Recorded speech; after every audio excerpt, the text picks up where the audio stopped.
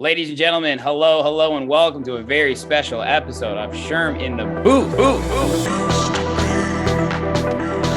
My name is Sherm. You guys are some true Chicagoans for coming out in January. It's snowing outside, it's freezing, and you're at the fucking club at 1 a.m. Boys with the bass, yeah, boys, bass. Who am I talking to right now? You're famous.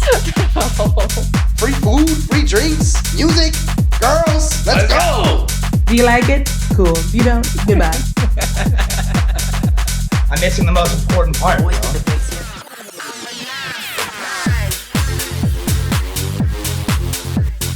yeah. We should throw like a crazy bar mitzvah party. This is crazy. Send me stems. I finished it. What's up, guys? How's everyone doing? Just wait, you know it kicks in like 3 to 5 seconds afterward.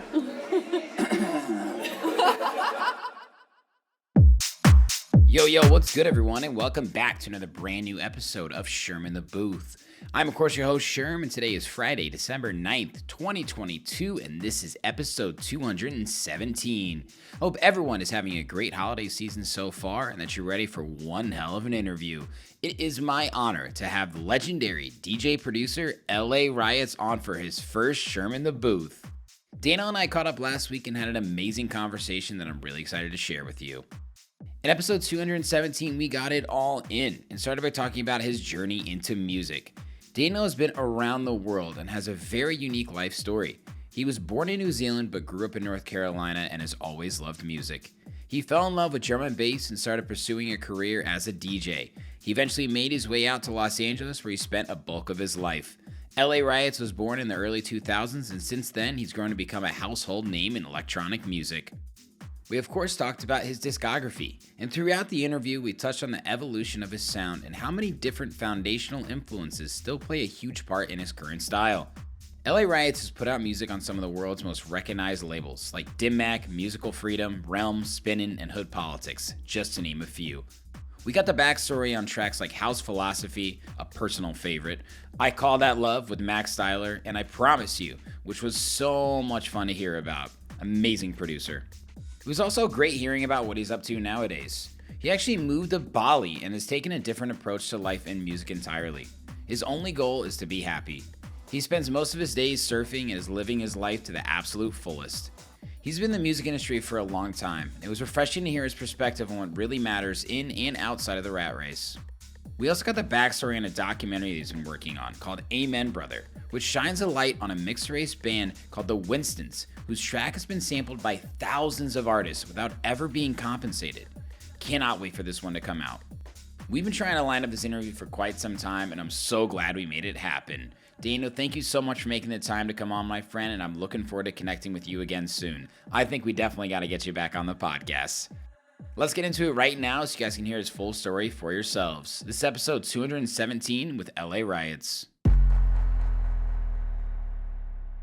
Ladies and gentlemen, hello, and welcome to Sherm in the Booth. It is my absolute honor to have LA Riots here with me today. Daniel, usually you would be in Bali or traveling around in your van or surfing or at the club, or now, as I just found out, walking. But you're in Florida at your mom's after Thanksgiving. How are you feeling, my friend? I'm feeling good. Good. Yeah. I've been I'm enjoying some downtime. Yeah, I know. It's a strange time of the year. I feel like it just comes up so fast. And then all of a sudden it's like, oh, I got to pack in all these things the last month and a half with family and just thinking about next year and trying to recap everything that's happened. But yeah, I feel the same. Trying to take it slow. I'm just trying to get back to Bali. Well, do you have a flight yet? I actually am talking with my my agent's assistant. I don't know what they're called. Is it just assistant? Yeah, about flights right now, because she's trying to get me on a flight that I don't want to get on back home, because I sent her my flight that I wanted and then she found a better one. But I tend to only fly the airline that I want to fly, and yeah. So I don't have a flight. I should have a flight like within the next 10 minutes. I think they're gonna book it. Nice. How do you My get God, there? Is I'm it taking like ecstasy. I'm what? taking Well, no, it's biotin. It's for healthy hair. I love it. You do. You got a hell of a head of hair, man. Almost 50 years old with that hair. Are you fucking kidding me? Legend. I'm turning 48 in a week and a half. Did you No, always less than a have, week. you didn't always have long hair though, did you? No, I had long hair twice when I was a kid, Mm-hmm. and then through my adult life, no. But then the last couple of years, I've been growing it. Yeah, it's just easier It's easier to have long hair. to not have. Yeah, you don't have to go to the fucking haircut. Like That's very. you don't have to style it. You just wake up, wash it every few days. Well, wash it every few days. That's it. Good. Yeah. Okay. Yeah, I it's more like function than it is form for me. I just don't want to get haircuts. Dude, more power to you. Yeah. Yeah. I went through a phase where I had like an undercut, and it was just like, every week or two you got to go like get it done. You're looking at a guy who has to get a haircut every 2 weeks, man, or else it starts. Fuck that, man. Dude, I I think I do it like every 5 months. I get a little trim. God, I'm so jealous. I mean, you're an adult. You can do this. My hair does not grow out and look cool like yours, dude. It turns into a Jew fro. No, that's the thing. You got to get through that stage. Yeah. Yeah, you get through the stage, and then it looks cool. Like my hair doesn't. My hair always looks cool. No, but yeah, you just the weight brings it down, and then it gets You're right. Okay. Just wear it in a bun until it looks cool, and then take it down. All right, you've inspired me. I'll see what my wife thinks. All right, yeah, I'm gonna check in with you. Make sure you're doing it. Sounds good, man. It's really great to be having this interview with you during your timeline in life and mine, because maybe like 5 years ago, if we would have chatted, or I'm gonna ask more about this, but you're at like a crossroads almost where you feel like you went past that, where the past year you've been living in Bali, surfing, just taking your time in life and just wanting to be happy. That's what you told me. When did that decision happen for you? When I got really bummed on music, honestly, I just, I mean, I had a dog that I was really close to, and he passed, and I was actually in Hawaii playing hard when it happened, and I don't know, I just kind of got into a little bit of a depression when that happened. Sure. Because I never had a pet that passed away. It's so sad. And and I just kind of put a lot of stuff on the back burner, and then I don't know, I just got sick of being in the rat race, kind of. Mm-hmm. I mean, even though I'm not really, it's not like I have a real job. I haven't had a real job in at least almost 20 years now. I was in corporate America until 2003. Oh wow. And then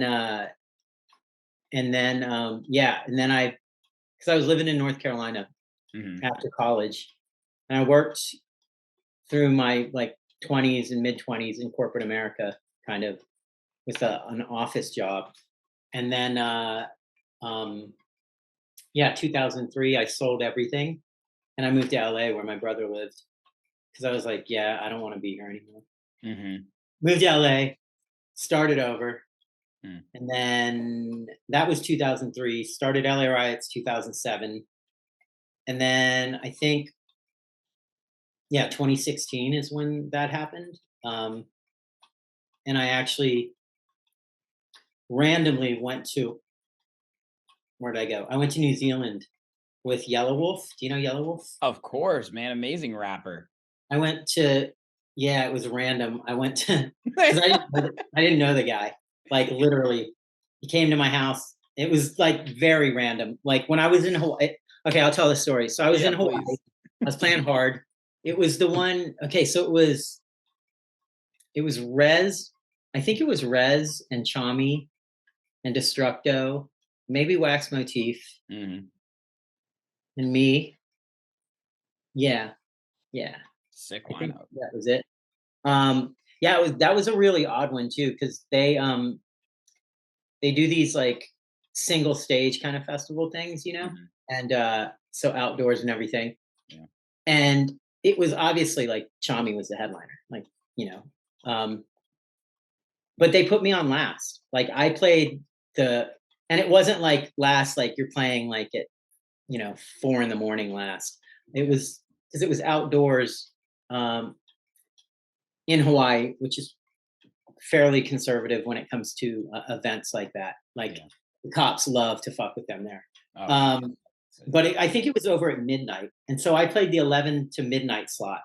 And I think that day I got a phone call before, like when I think I was actually out on a hike. I was hiking Diamond Head. And I got a phone call from one of my buddies. And he's like, yo, he's like, and it was a random phone call because my buddy was a firefighter. But he calls me and he's like, yo, I'm managing Yellow Wolf. And I was like, what? And he's like, yeah, he's like, crazy long story, but I'm managing Yellow Wolf. And I guess he had gotten rid of like his whole band. He was going through some shit, like Yellow Wolf was. Mm-hmm. And he had canceled like a bunch of dates on his tour. And I don't think that day my friend had started managing him. I think my friend had been managing him for a little while at this point. Yeah. Yeah, he canceled a bunch of his tour dates. And I think he got rid of his band. But the one tour date they didn't want him to cancel was playing New Year's Day in New Zealand. And this was right before Christmas. Yeah, it was right before Christmas. And the gig was obviously like a week away, a week and a half away. It was a few days before Christmas when this happened. And I'm a New Zealand citizen, so I have a New Zealand passport. What? Yeah, it's random. Yeah, I was born in New Zealand, but raised kind of in Hawaii and then bounced around the States a lot. But LA is the place I've lived the longest at this point in my life. Okay. Yeah, so they called me and my buddy was like, hey, can you be Yellow Wolf's DJ for this gig in New Zealand that he can't fuck off, basically. And I was like, absolutely not. Like, I'm not like a hip hop like DJ. Like, and B, I didn't know a single song of this guy's, like nothing. And it's funny because I actually was following him on Instagram. Yeah. Just because I thought he had like the dopest style. Like he has incredible style. Yeah, his tattoos are so sick. Good tattoos, and he dresses like a fucking redneck, but he raps. And he like And so I was like, yeah, no, I'm good.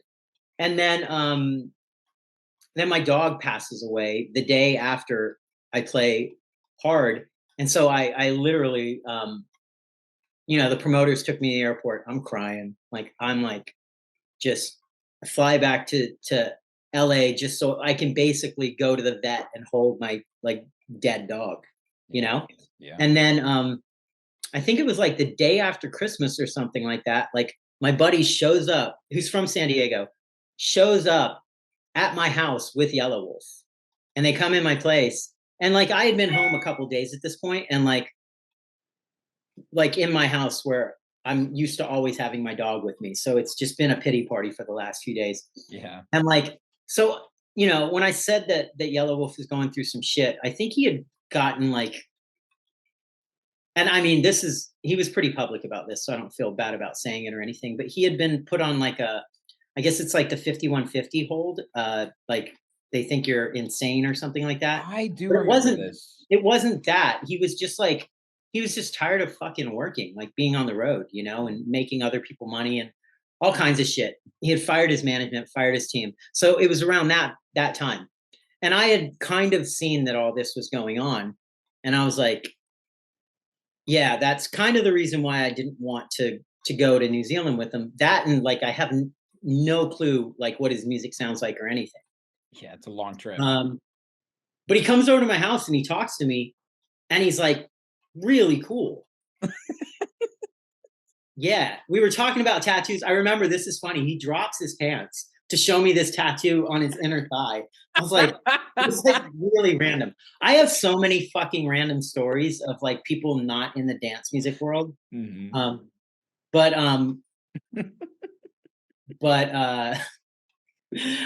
sorry, I'm just thinking of other stories in my head Yeah, too. I could see it happening. Yeah.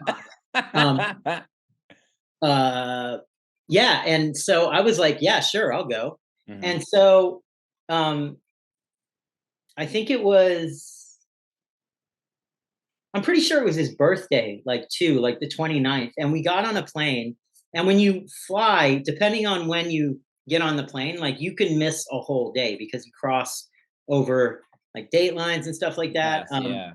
And I remember we didn't even get, he was like, we didn't get to celebrate his birthday. But the crazy thing was DJ Paul from 3-6 Mafia was on coming with us. Like he shows up at the airport. Two of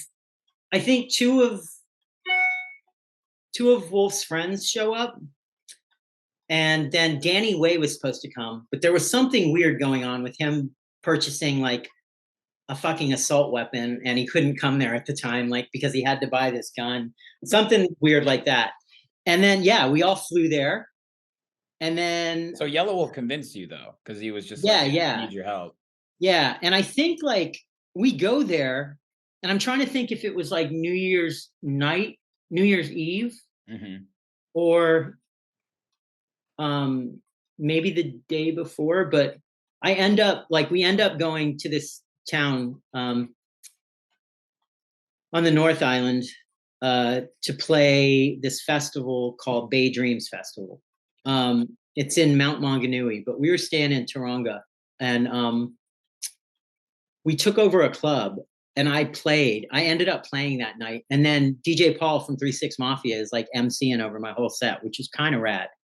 Legendary. I was obviously playing dance music, but like the crazy thing is like Wolf is like all over the place on this trip. Like we had like Steve Butcher, I don't know if you know who he is, but he's like won multiple years the best realism tattoos. He's like braided like one of the best tattoo artists in the world. And when we landed, the promoters pick us up, and they look like they're Yellow Wolf fans, not like dance music fans or anything, you know? Yeah. They're all tattooed up. They actually are big Yellow Wolf fans. I didn't realize how huge this guy was. Like everybody was a fucking fan of this guy. But they had the raddest tattoos on them. Like they're wearing shirts or something. But yeah, like Wolf is like, yo, those are rad tattoos. And they're like, oh, well, that's Steve Butcher. He just won the London like fucking tattoo convention. We can get him to come tattoo you guys. And I'm like, absolutely. Yeah, let's make that happen. And we went, and the whole time we're there, I'm kind of like a little stressed because I know nothing about like Yellow Wolf's music. And I have to be his DJ during this show. Yeah. In front of like 20,000 people, you know, 2 days. In 2 days. I know nothing about this guy's music. And I remember that when I said yes, I was like, oh, how many records can this guy have out? How many albums can this guy have out? You know? And I go and I look, and he has like fucking so many albums, so many mixtapes, like so many, like everything. So like I was panicking. And yeah, I get there, and the whole time I'm like trying to like find a moment, because you know, he's with all his boys and everybody are there. Sure. And we're partying, but he's not drinking, he's not doing drugs, not doing anything. But it was just still like, there was just a million things to do. Like we went to go to the like Hobbiton, where the hobbits like live. Yeah. And you know, they take people in group tours. Like they load you on this tour bus, and then you go like, I don't know, like a few miles from the gift shop and everything where you meet at. Yeah. You know, or the entrance. And then everybody gets out, and you have a guide, and they take you around. Well, fucking we all show up with like Yellow Wolf and DJ Paul and me and all the other tattooed guys, and they literally just put us in our own van. Like didn't put us with any of the groups. We were wilding. We were going crazy that whole trip. That is amazing. But like, yeah, I'm just like the whole time like, hey Wolf, like, can you let me know what we're gonna play? Like, what are we gonna do? You know? And he's like, yeah, don't worry about it. We'll work it out. And yeah, so Steve Butcher comes over, and I remember he was going through like a breakup with his chick, So he was like wasted the whole time, like drunk.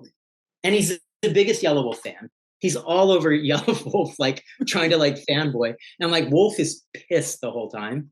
We went to like some parties and stuff because obviously it was like New Year's Eve. And I remember they were getting like, everybody was just getting on each other's nerves basically. DJ Paul ends up letting this guy tattoo him like right here, which the tattoo turned out being good, but it just said like Slamerican. It wasn't like one of his crazy realist tattoos, which is what I wanted, but I wasn't going to let him like tattoo me when he's like drunk, you know? Sure. And so that night I remember like I had this like eureka moment and I was like, oh shit. So I went on the computer and I just Googled like Yellow Wolf set lists, and I got all these like Yellow Wolf set lists, and then I took them to Wolf, and I was like, yo, like let's get a set list together of what you're going to play. And he's like, okay, yeah, this is the set list I want. And I saw that there were like these little like notes kind of next to the set list. And so I was like, what's this mean? And he's like, oh, right here, I wanted to go into like, I remember like one song, he was like, I wanted to like transition into AC/DC Back is Black, and then go back to like the song. And he's like, I'll rap over the AC/DC part too. So I had to make all these edits and all this stuff. I was up like till the morning. I remember that.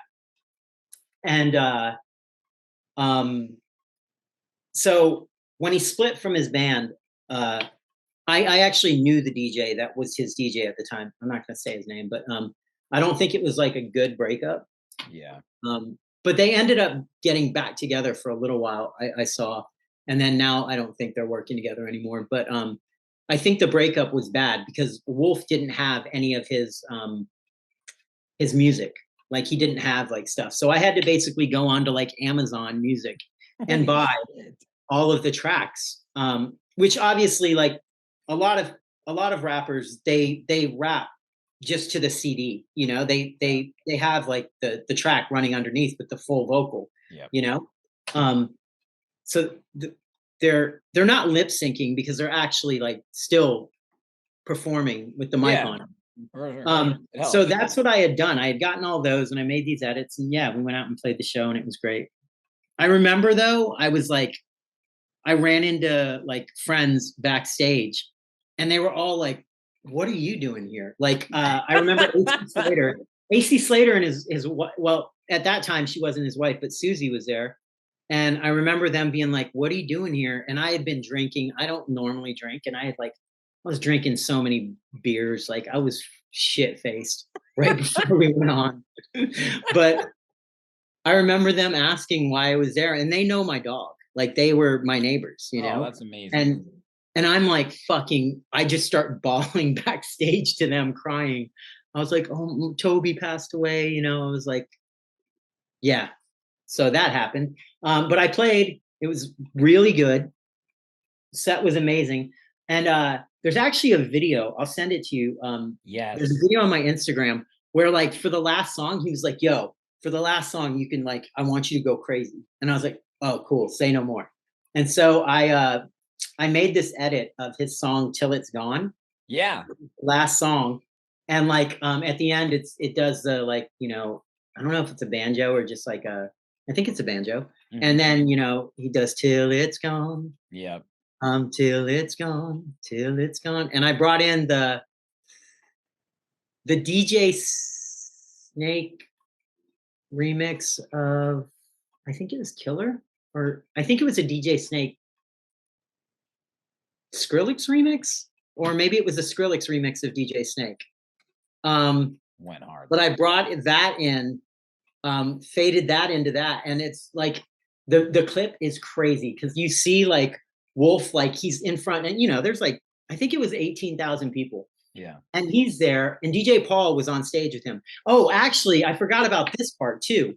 When we got to New Zealand, DJ Paul got like held up in customs because, you know, you see a black guy with like a grill and tattoos, like the Border Patrol people are like, fuck yeah, we're gonna get this guy for something. Right. You know? So we waited for a while for him, and then finally somebody made the call, like the tour manager or something. Was like, yo, we need to go. He can figure out his own way there. You know, he had his tour manager there with him though. Okay. So they could figure out how to get like to, you know, we're all adults here, you know? Right. And yeah, so we left them, but then when we got like a few miles outside of the airport, after waiting like hours, like we finally get a call and he's like, yo, I'm good. So we turned around, we picked him back up, but Bone Thugs is supposed to be on that show too. And they couldn't get in the country because I think they have, you know, criminal records or something. And Dude, this is a shit. I'm trying to think what happened. So they asked DJ Paul to fucking play their slot the day of. And I'm like, and Paul, like, me and Paul had become friends at this point, and he's like, yo, can you be my DJ? And I was like, fuck yeah, I can be your DJ. I was like, yo, fucking 3-6 Mafia? Yeah, I'm down. So I was actually his DJ too. You know, I completely forgot about that until just now, that I was DJ Paul's DJ. That's another one I can add to that thing. But yeah, so this story is he actually was DJ Paul was actually Yellow Wolf's hype man during Yellow Wolf's set. And at the very end, like it's doing that, you know, the till it's gone. Hi Maui. You wanna see Maui? Come here, Maui. Come here. This is my other dog, who's now my mom's dog because I didn't bring him to Bali. Oh. Maui. Aww. He's mad. He's cute. He doesn't look like he likes being picked up. No, not at all. And he's really heavy. He's put on weight because my mom just feeds him table food.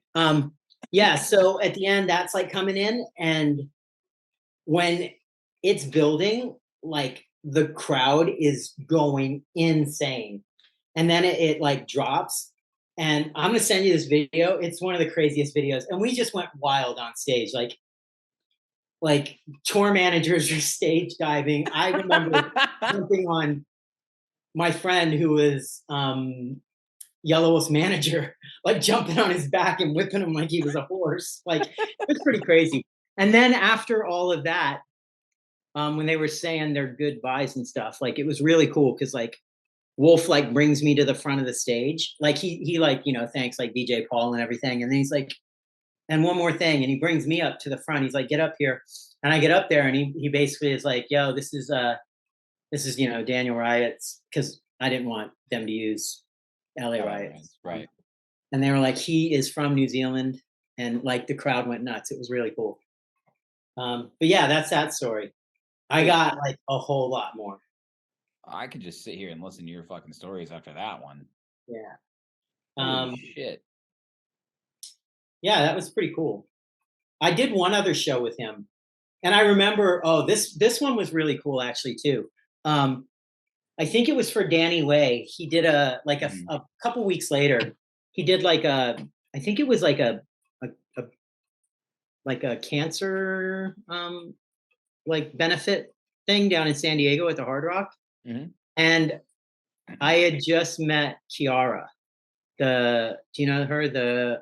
The chick that did Gold. Oh yeah. And she had come down to hang out. Like she was friends with Wolf. And I was like, oh, I'm gonna make her get on stage. So I actually found an instrumental of that track Gold, and in the middle of Yellow Wolf's set, like he was like trying to, like he always has this banter, you know, between, which I had to get used to. Like he got mad at me a couple times on that New Zealand show because I'd miss like certain things because I'm back there and I couldn't hear anything. Yeah, you know? Of course. And he wasn't nice about it a couple times, but it is. But yeah, like I remember she showed up to the show, and like halfway through it, I like brought in that track, and like they pushed her out on stage and she had to perform. It was pretty funny. But yeah, that happened too. Damn, dude. Unbelievable. You have seen a lot. So you've been in the music industry since 2007 officially, would you say? Yeah, a few years before. I mean, I actually was a touring, not like crazy touring. Like this is, you gotta understand too, like there was like DJing like before it was like, yeah, you know, like William Morris and fucking Endeavor and all these like big business things were in, you know? and like people actually had to know how to really DJ, you know? Yeah. You had to do it by ear. It wasn't the technology doing it for you. So I was doing that in the 90s as a drum and bass DJ. Wow. And Yeah. so where were you living then? Were you like? I was in North Carolina, but it was just like, to me, it was just like a hobby. Yeah. You weren't taking it because you were in corporate America. Like, Yeah, I mean, but I was still flying out on the weekends and playing like, I'd play like Diesel Boys Club up in like Philly. I'd play like sick. Capitol Ballroom, Buzz in DC. I'd play like Concrete East Coast Jungle drum and and all that bass, man. Yeah. Rave scene there on the East Coast. Where would I play in Chicago? Who was the Chicago guys? Not Carl K, because he was Philly. Phantom 45 and Danny the Wild. Nice. Danny the Wild Child. Where are those guys now? I don't know, man. That name has come up though before when I talk about the old days of some of these Chicago legends. Yeah. And was it Based by the Pound?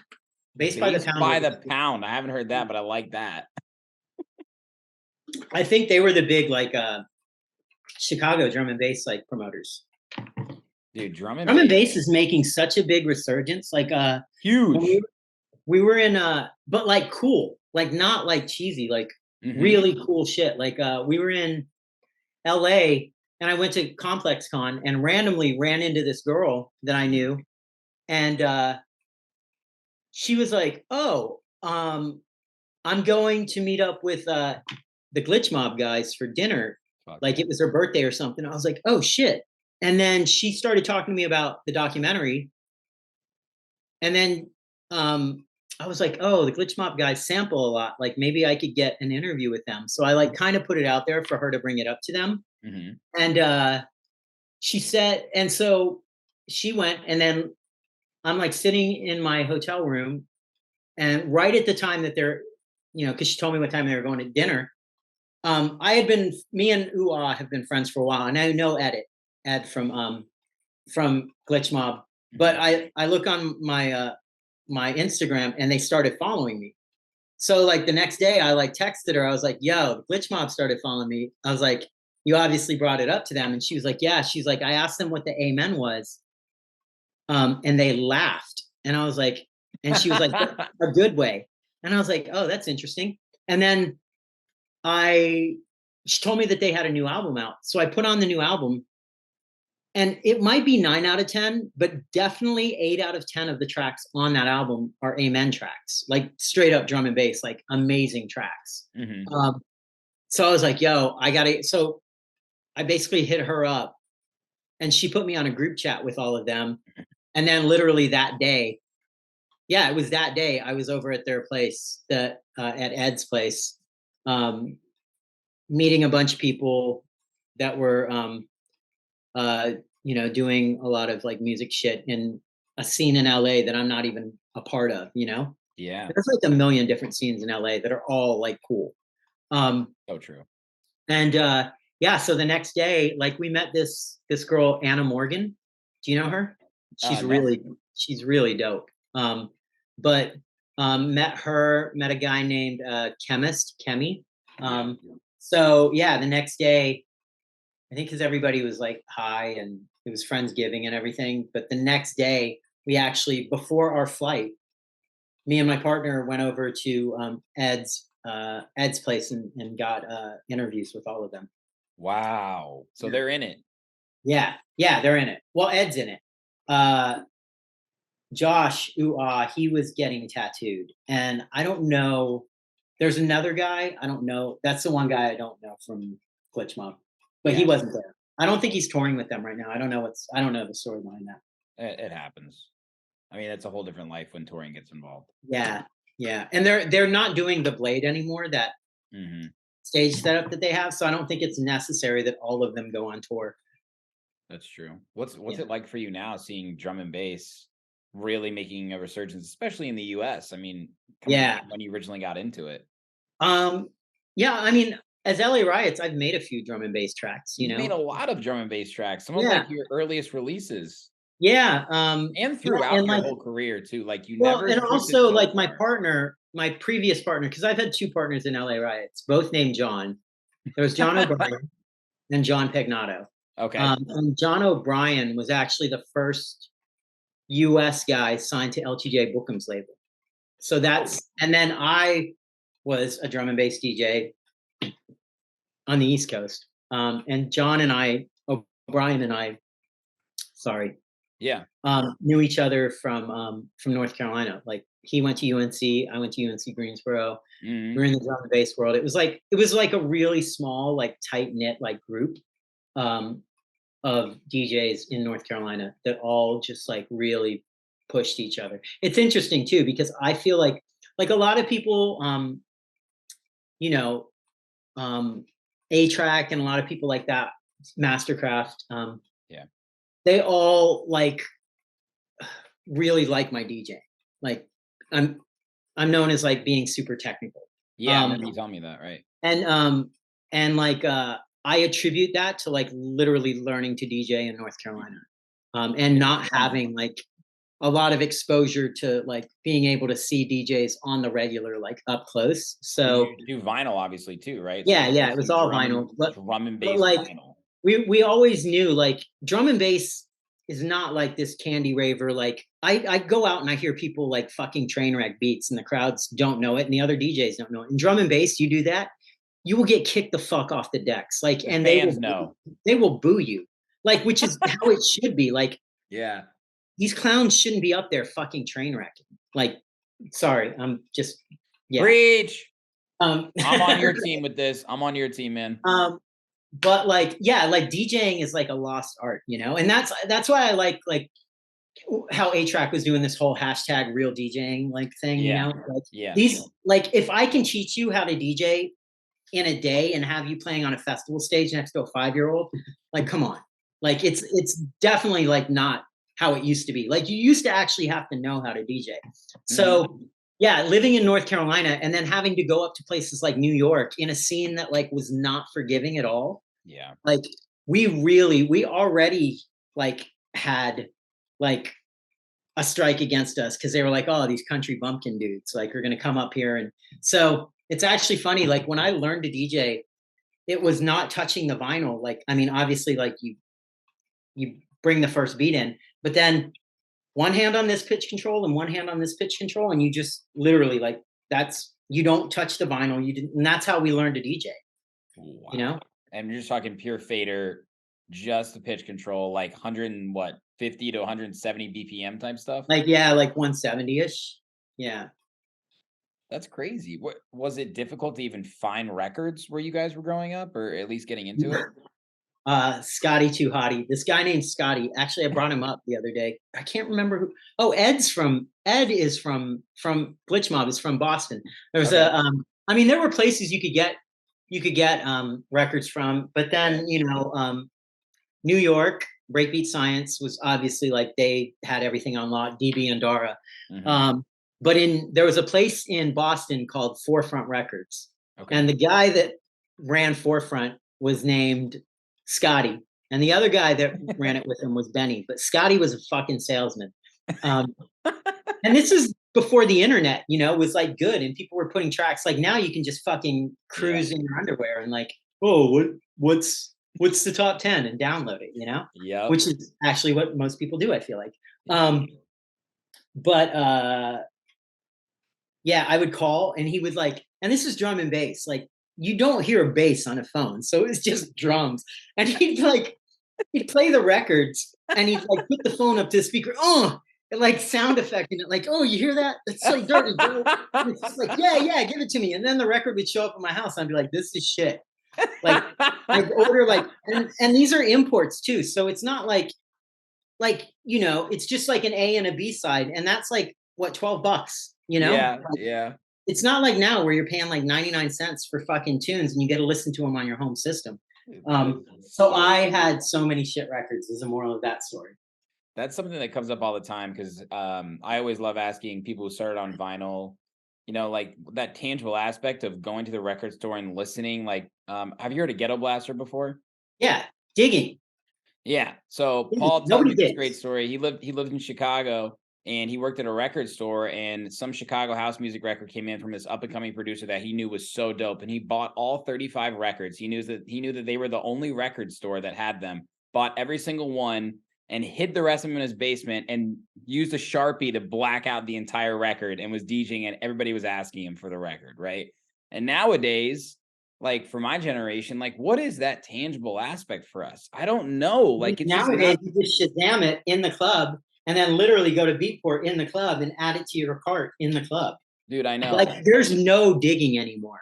Like there's Barely. no. I remember when Serato had a hide function. Like they had a key function to do to hide like the name of the track, and that was before Shazam. Sorry, did I? Yeah, that was before Shazam. Now Shazam is pretty good with dance music, but before it wasn't. You know, in the Serato days. Yeah. Now like. Yeah, it's a whole unreleased tracks. Thing. People hold on these unreleased tracks for some never release these tracks, right? Like for a year, you want to rinse. Right. Like, yeah, and dub plate culture. Dub plate culture in America, I mean in the UK and everywhere was like, you know, like people are not going to know what that is. And that's like, you know, Google what a dub plate is, kids. But these UK guys would just come over here and they literally were gatekeeping. Like they wouldn't give the US guys, like, you know, doing this documentary, we've talked a lot with people about that, like the gatekeeping that went on in the drum and bass world. And it's not like that anymore. But yeah. So I want to ask you about the documentary here in a sec, but I do want to ask you before. When did you actually start producing? Because the first track that I can find from yours was your remix of Atlantic Connection's Rock Steady. Do you remember that track? All right, you're going to find out this wasn't the first LA Riots track, but it was an early track of theirs, and it's amazing drum and bass, and I want to share it with you either way. This is the LA Riots remix of Atlantic Connection's Rock Steady.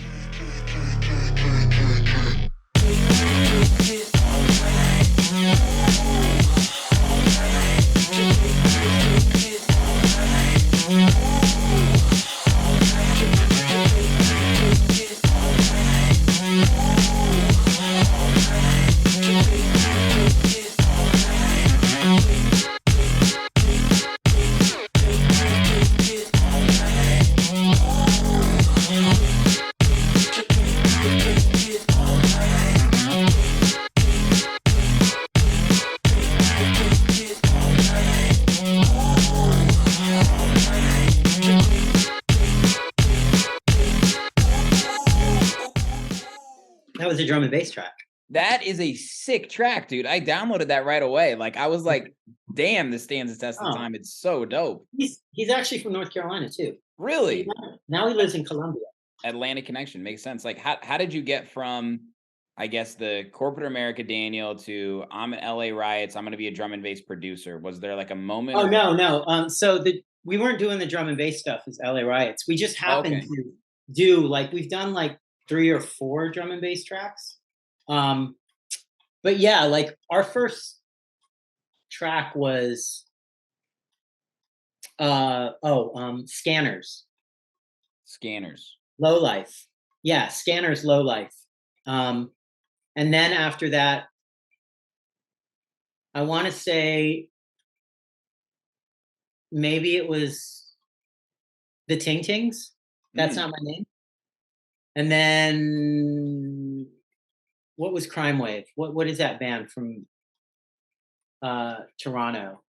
The guy's in a lot of trouble now for like, I think he's getting canceled or something for doing some shady shit with the girl that was the singer. Oh shit. Sounds like a lot of people. Anyways, the name of the song was Crime Wave. Yeah. Let me stop this elevator music. But yeah, but then basically, you know, John and I had gotten together. He was living in North Carolina, I think after he'd been living in Phoenix for a while. And then I actually worked in casting, like casting commercials and stuff. Cool. Like that was my Hollywood job. Give me 1 second. Yeah. Turn down the AC a little bit.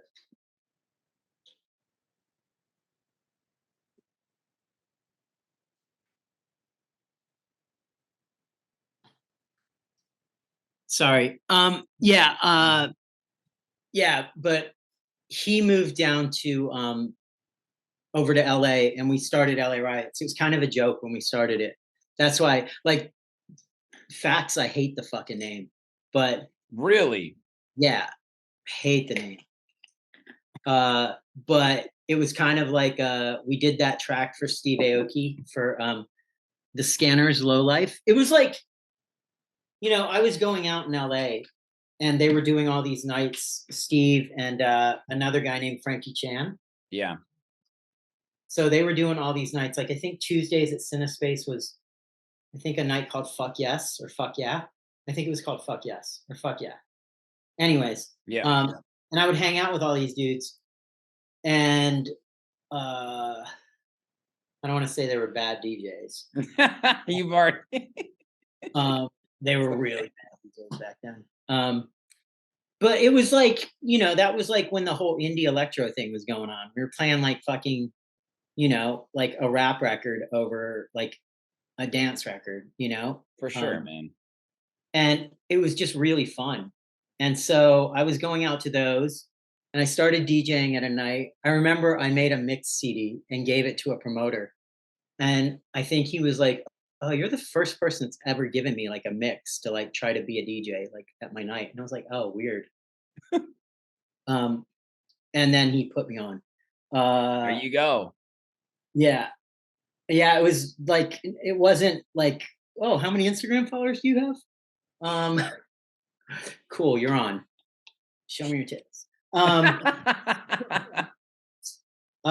Yeah. So 2003.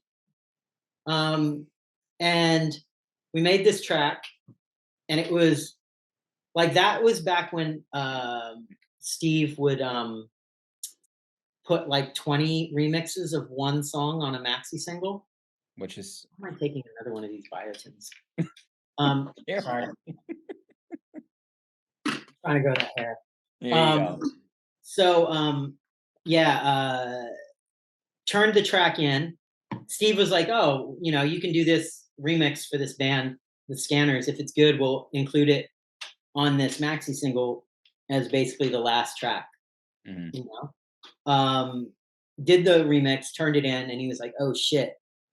And I remember, I think A-Track and the Young Americans were on there, and the Young Americans are now Classics. They had to change their name. Yeah. I think there was like a Young Americans like Christian dance group that was going to sue them. Oh shit. Yeah. I was going to say something really out of line. It's okay. Well, fucking small children, but that's Catholics, not Christians. I mean, but they're, yeah. Anyways, yeah. So that was the first track, and we didn't have a name, and it was like, he gave us like a month to come up with a name, and then the month happened. It was like April 29th. We had till the end of the month, so April 30th. It was a 15-year anniversary of the LA riots, and that was all over the news, and we were just like, fuck it, we'll call ourselves that. I think John actually came up with the name. Yeah. And then, because we just figured, we just made this track, this one track. This was the Rodney King riots? Yeah. Yeah. Yeah. That's, So I was born in 92, June 92. I graduated high school that year. Did you? Yeah. But I was, so that's funny you bring that up. Probably in June of 92, I graduated high school. June of 92. Great fucking year for us, wasn't it? Yeah. That was a crazy time. So named ourselves LA Riots, and then literally kind of like the floodgates opened. Is that Maui? Yeah, my mom just walked in the door. That's okay. You don't have to be that quiet, Mom. No. She's trying to be really quiet. No, we're being loud in here anyway. So that happened. And we were like, "Oh, LA Riots, that's the name." We didn't think like the next week. It got really hot in here, so I just turned it down, Mom.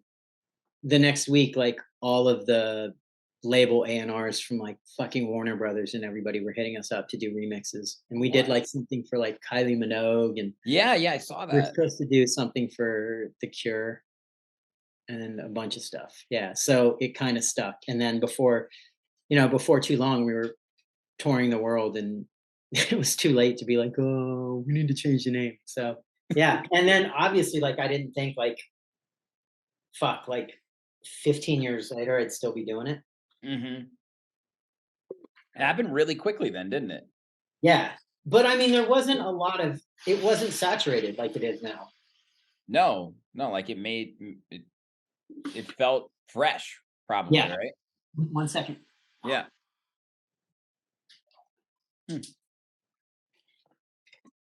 Yeah. So, yeah, 15 years later, still doing it. Still doing it, baby. Wow. But you went through a lot of different stylistic changes with your sound. I mean, in 2008, when you released that track that I mentioned, you were doing a lot Oh, of the yeah. breakbeat, electro, indie dance, like Well, you it was just mentioned. like indie electro, like anything goes at that time. Yeah, exactly. And then, signed with big agents and stuff like that, and kind of got the Vegas residency, so had to make like Vegas style tunes. Yeah, And then basically when, the thing with my dog happened and all that, I just kind of like took a big step back and I was like, none of this stuff's making me happy. So for I sure. started making what I want. And, you know, kind of around like 2012 to when John Pagnato got involved, we were kind of still making those kind of tracks, but also making a lot of house tracks because I actually really enjoyed playing like house and tech house back then. Mm-hmm.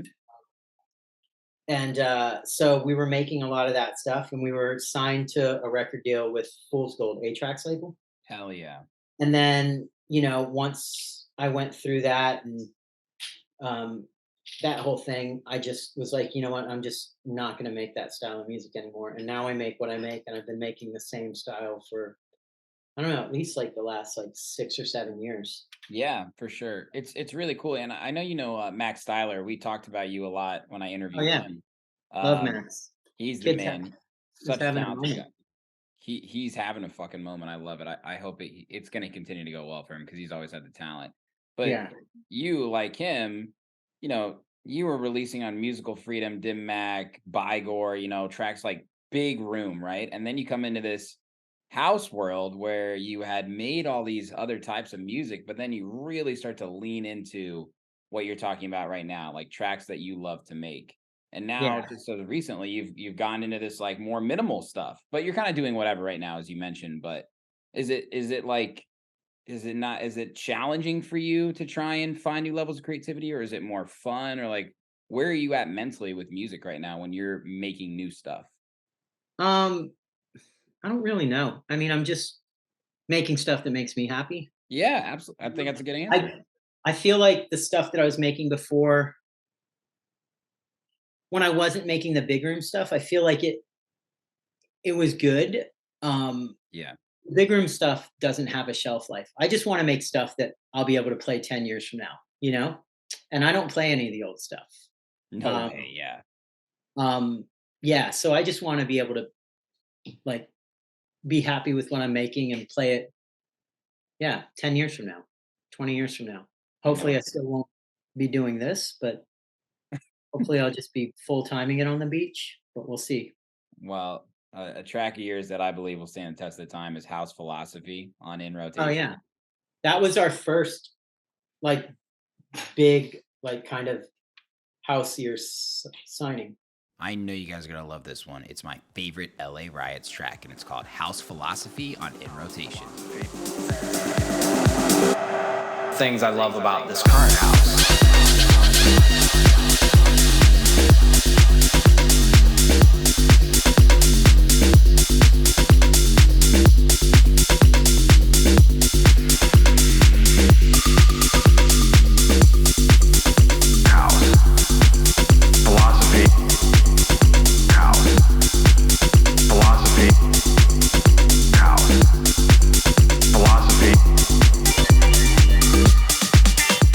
I feel like that, in my opinion, 2017. Yeah, like In Rotation. I know a lot of people listen to the podcast know what it is, but it's like the sort of the experimental house imprint of Insomniac. Yeah, And it's like not their radio stuff. yeah, I feel like House Philosophy, man, like really inspired people like me when I love house music, but there was only the Dirty Birds and the Tool Rooms that Yeah, sort yeah. of felt like this is what you have to sound like. And then House Philosophy came out In Rotation, and I was like, wow, like this is awesome. Yeah. And it just was like, it's no secret in the past 5 years what has happened with house music and tech house in the US. And I feel like it's because of tracks like House Philosophy. Yeah, that track did actually really well for us, for me. Yeah, I think there's a reason though, I think it's got a few million plays now, which is good for a track that doesn't really have a vocal. Yeah. And that's the thing, like with the exception of the stuff I've made with Max, because we've made like 3 tracks that have been released. Trying to think, we did Run, and we did I Call That Love. And those are full vocal tracks, but I don't enjoy a lot of doing full vocal stuff. I like just sample based or like just more just banging underground. I Promise You on Bambosa that you guys did. All right, I'm going to let you guys listen to this track before he explains the backstory, and I think it's going to paint a pretty good picture. This one's called I Promise You by Max Styler and LA Riots off Bambosa. I promise you, you will have a good time because I said so.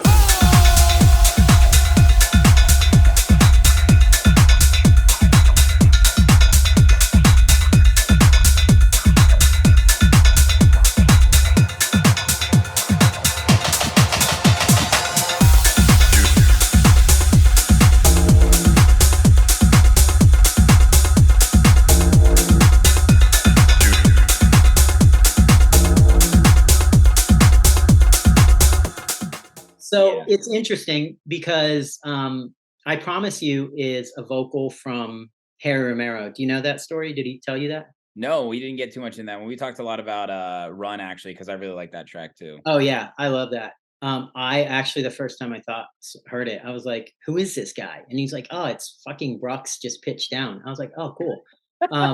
Because that started out as a demo of mine called Proper Groove.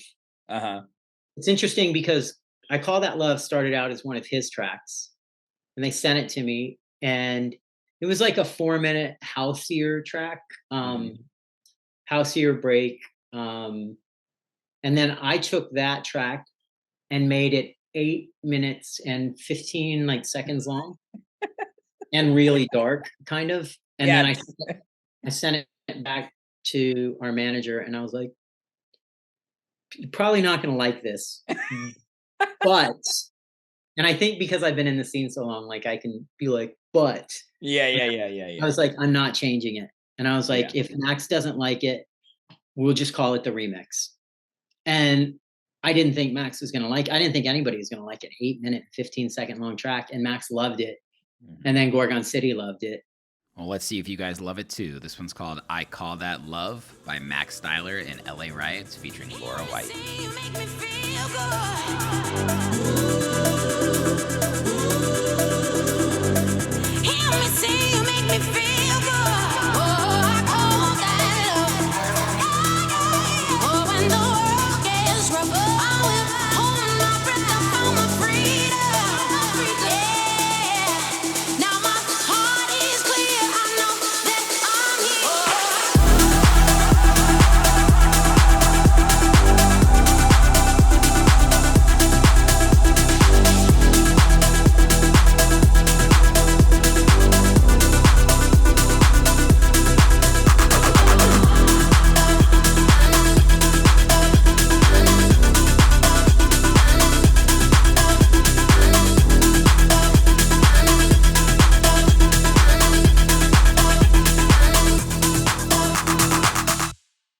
And then actually some other labels tried to get it from us after it had been signed. Wow. But we were like, no, we can't do that. Because I actually, funny story, Gorgon City, FOMO from Gorgon City was actually, well, he was FOMO in the election days. We were all on the same management together. Is that Kai? Was that Kai or Matt? I don't remember which one. I just tall guy? The tall guy? Yeah. Tall guy. Yeah, he lives in Chicago, actually, like 2 blocks away from me now. Oh yeah, you know what? I knew that. So yeah, because that roster was me, Mm-hmm. Mastercraft, Congo Rock, Holy shit. Bloody Beetroots, Holy shit. Felix Cartal, Wow. FOMO. I think there were a few other people that rotated in and out, but that was Lazaro Casanova. That was the gist of it. Yeah, that was the crew back in the day. And, you know, we were kind of like, there was the Mastercraft crew and then there was the Justice crew, you know? Right. Yeah, of course. But yeah, so that track got signed by them. But the other track though, I Promise You. Yeah. And then I want to get to the story of the vocal from House Philosophy too. Yeah. That nobody knows about. Yeah. So I'll tell you about that too. But yeah. I Promise You is actually, it started out as a track that I got a sample off of Splice for that Siege had used. But I was like, I don't care. I love this vocal. Yeah. And so, but his came out on, I think, Saved. And it was that vocal, I need your love. I want your love. Yeah. It just said that over and over again. All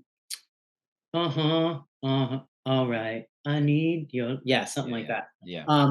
But then so Max and I kicked it over to Max, and then he changed the break a little bit, but he swapped it out and he put this vocal that he got from Instagram of Harry Romero on, so it was when Anthony Atala from Incorrect Music was doing the Anthony Atala, not the Anthony Atala, the Incorrect boat parties. Yeah, of course. And it was one of the first ones, and Harry Romero was on it. So he was on his Instagram, you know, doing a video, and he was like, you know, basically saying, I'm playing this party, blah, blah, blah.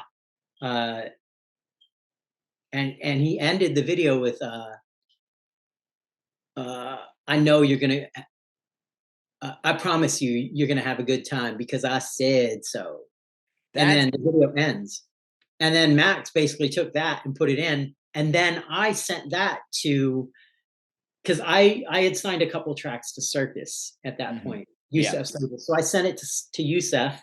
Yusef loved it. He was playing it. And then without saying it, and I was like, yo, do you want to sign this record? And, you know, that's why I originally sent it to him.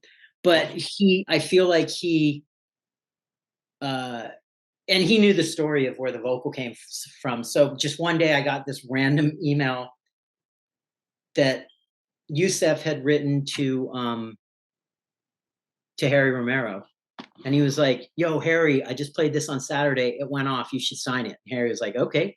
And the funny thing is, Harry and I have the same agent, and I had sent it to our agent.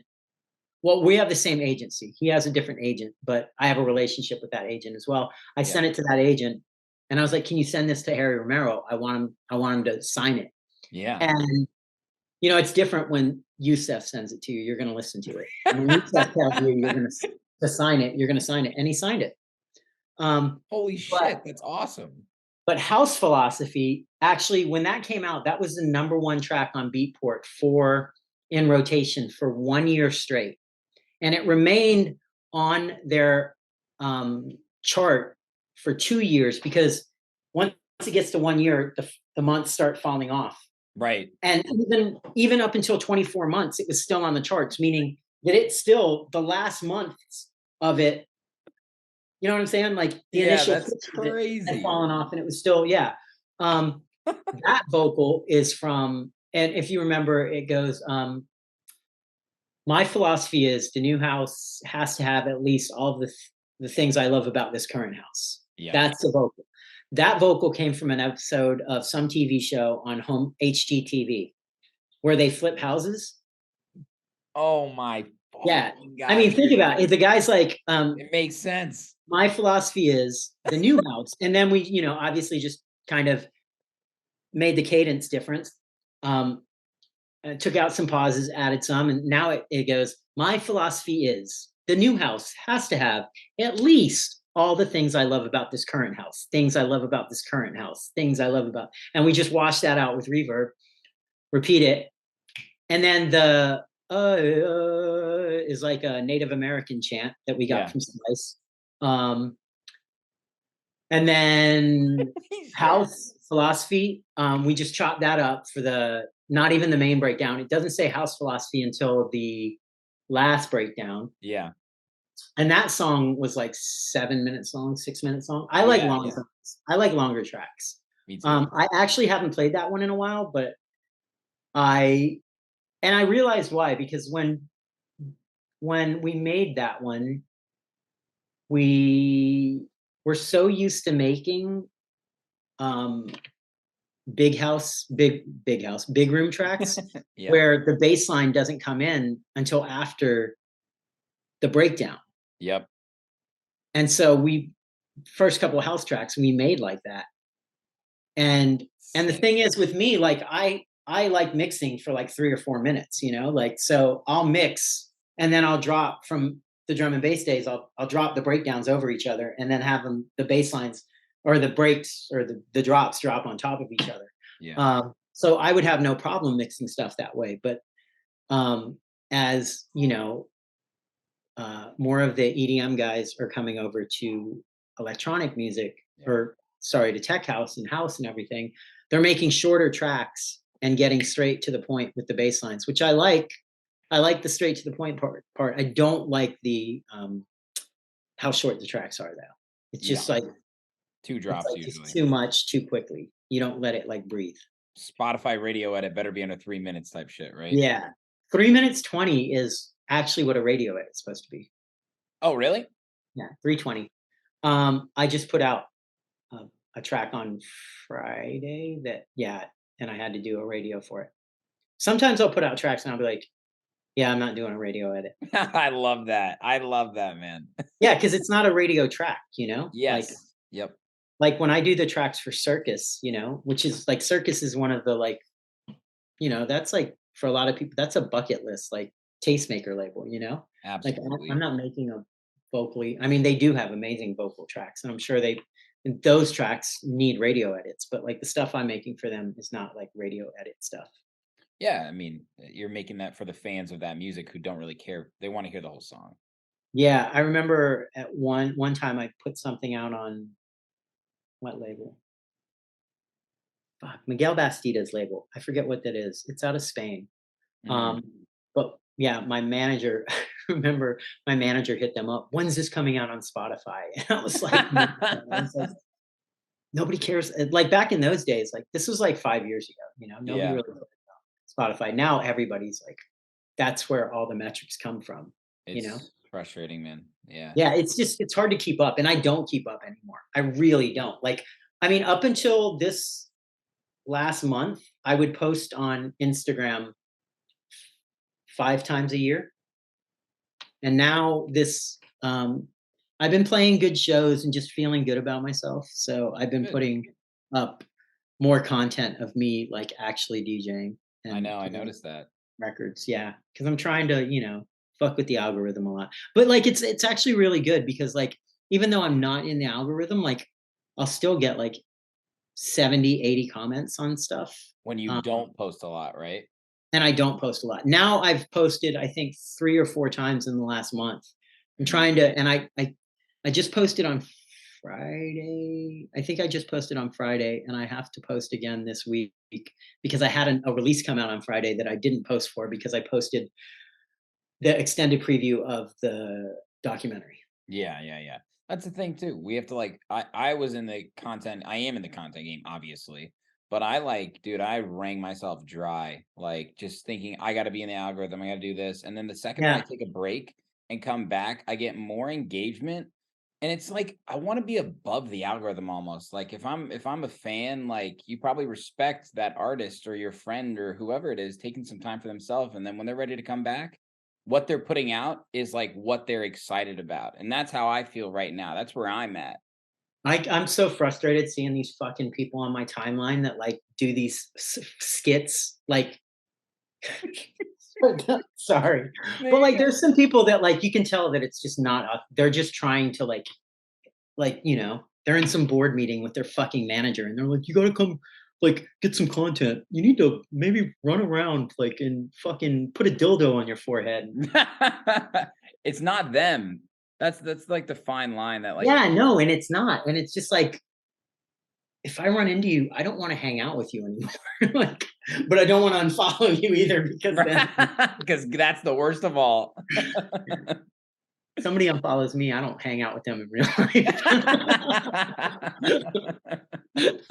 Yeah, it's like I saw this Christian Bale comment a long time ago. It's like if you have a problem with me, call me.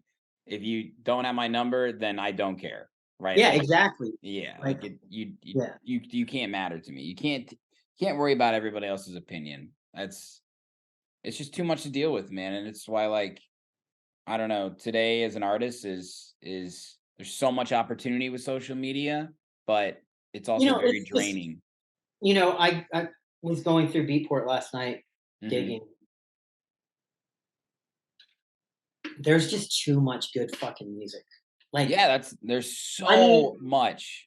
And like disposable throwaway tunes that are good that you want to play, but like they're not memorable, but they're still good. Like, oh, this will thump on a system. I'll play this for like the next few gigs, and then it's but there's kids are making good shit now. Yeah, younger so much and younger. of it too. I know. And it sucks that like, yeah, you have to fucking put a dildo on your head and run around with a microphone instead of like just you can't make good music isn't good enough anymore. It's so saturated, Daniel. I mean, dude, 40,000 songs get uploaded to Spotify every single day. So like, really, is that the number? Yeah. I just went to ADE and I went to Spotify Masterclass and it was fucking bullshit. Oh, dude. who did that? Who was on there? Was Kramer on there? No, he wasn't. Austin, he's not like doing too much with them anymore. I don't think like he's moved on from what I understand. To tomorrow. Wait, he's not with Spotify? I don't think so. He does Tomorrowland radio stuff with them. I think he is like sits on the advisor board sometimes for these playlists. But I have a friend who's been talking to him recently, and he's moved on other things, from my understanding. He has his own label. Weird. Maybe that's why I don't get on playlists as much anymore. Yeah, no, that's unfortunately probably true. Yeah. Because you have to have relationships with a lot of these people, You do, and they say you don't. They're like, no, you don't. Like, we have our radar program. We have all these playlists. I know, but they also have fucking Spotify accounts and they follow whose music they like to hear, and then they're like, and that's what they're listening to. Dude, pitching my song to Spotify, it goes through an algorithm. Like, what do you mean? How do I stand a chance? Like, I got to get on here once because I don't know. It's just it seems. That's why I'm making a documentary and fuck this. Dude, honestly. No, I'm joking. I'm still gonna do music. But I don't know. I just need to get like, I don't know. I just do me at this point in my life. I don't care. Straight up, man. Honestly. What's life been like in Bali for you? You're surfing all the time, you said? You got your computer as your studio type thing? I do. I brought my decks over. Got your decks, okay. Surfboard. And yeah, I just hang out, have a small group of friends. Very small. Bro, Bali goes off more than like I was gonna say Ibiza, but I've never been to Ibiza. I know showed twice at Ibiza though, for shows. That's a whole other story, and I don't want to get into it. Okay. But yeah, I mean, literally, like the best DJs come there. It's like more live than like LA, because like there's so many fucking clubs there. Yeah, there's so fucking awesome. I live in Phuket, which means it's like the bottom section. Phuket means hill, so it's like where all like the super nice beaches and stuff are. Nice. And there's a club there that all the old Tao group guys and Alex Cordova from like Excess and stuff run. It's called Savaya. Have you seen it? It's the one that sits on the cliff. Nicole Mudaber did her circle session. I think. Yes. That's why I know it. Yeah. Yes. Yeah, so that's like right down the street from my house. That's pretty much the only place I'll go out to because it's like I don't leave my neighborhood pretty much. I don't leave that side of the town. I don't go. There's a part of Bali called Canggu, which is where like all the partying goes on. I mean, everywhere in Bali, all the partying goes on, but like those places specifically are where all the expats like go and they live and they fucking, have their expensive gym memberships. Um, Are there a lot of locals there, or like who exactly is like the I mean, demographic? there's a lot of locals because, the locals have been there for a long time, They define the culture, absolutely. yeah, but a lot of the Western businesses are owned by Westerners, and they're Mm, making all that money and it's going back to their Western, you know, thing. It's interesting because like the average Indo makes like 3 to 4 million rupiah a month, which is a, around $200 a month. what? Yeah, and then you have the Westerners that come in with all the money that are very poor in their own country, but they come there and they're wealthy. Um, yeah, but like I was reading this thing the other day, and it's just like the average Indo will make 100 rupiah per day, which it comes out to just below $7. And Gosh, then a day. yeah, and then so if you go to a coffee shop, and it cited this specifically, and a coffee's like 45K. And the person that's serving it to you is making 100K that whole day. Isn't that crazy? My Yes, that is. my mom's my mom's Indo. Okay. That's why yeah, I kind of care about that stuff a little bit more, I think. I was gonna say you definitely like you look like you're from everywhere, honestly, Daniel. But now, I did a DNA test the other day. I'm 100% that bitch. No, but I did. there he is. Hold on, I'm gonna pull it up. Yeah. I've always wanted to go to that part of the world. I haven't been able to, but when I've gone to India, and that was a really amazing experience. DNA test. This guy. Yeah, I'm There you part. go. I'm part. I have some Indian blood in me. Dot, not feather. Yeah, but like I don't know if that is gonna work. There we go. I can see it. I can see it. So that part of the world and that part of the world. There we go. So now I really know who to. Yeah, I'm literally a part of everything. I'm Scottish, Irish, Southern India, Southeast Asian, which is Indo, Right. Filipino, Chinese, Sweden, Denmark, Wales, Dai, DAI. I don't even know what the fuck that is. Bengal and Korean. So Holy shit, dude. from southern China down, um, Yeah. it's like very small percentages, but like the major stuff, Scottish, Irish, Hmm.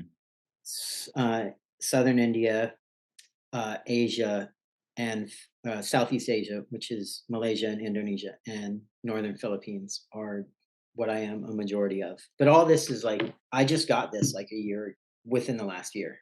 It's crazy. What website is that?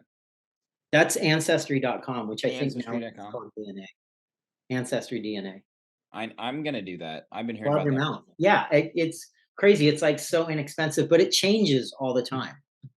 Yeah, as more people do it, right? Right, right. Like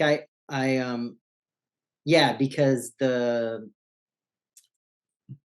Filipino part of me, I That's think, so is cool. gone up. Yeah, it's good to know that stuff. Obviously, Wow. yeah. And I've actually connected with because this connects you with people that they're like, oh, you're related to this person if they're part of, you know. Well, I don't know if it's strictly ancestry.com. I'm sure like 23andMe and all them. I'm sure they have Yeah, some kind of loose partnership. that's what I've Yeah, heard of. But there's a reason that you've come back to the U.S. recently, and it's because of this film you're doing, the Amen Brother film, and yeah. it's based around you told me the most sampled piece of music ever. Yeah, it's been sampled like millions of times. And the band's never really been paid for it. Yeah, the video that you guys put up today, the preview.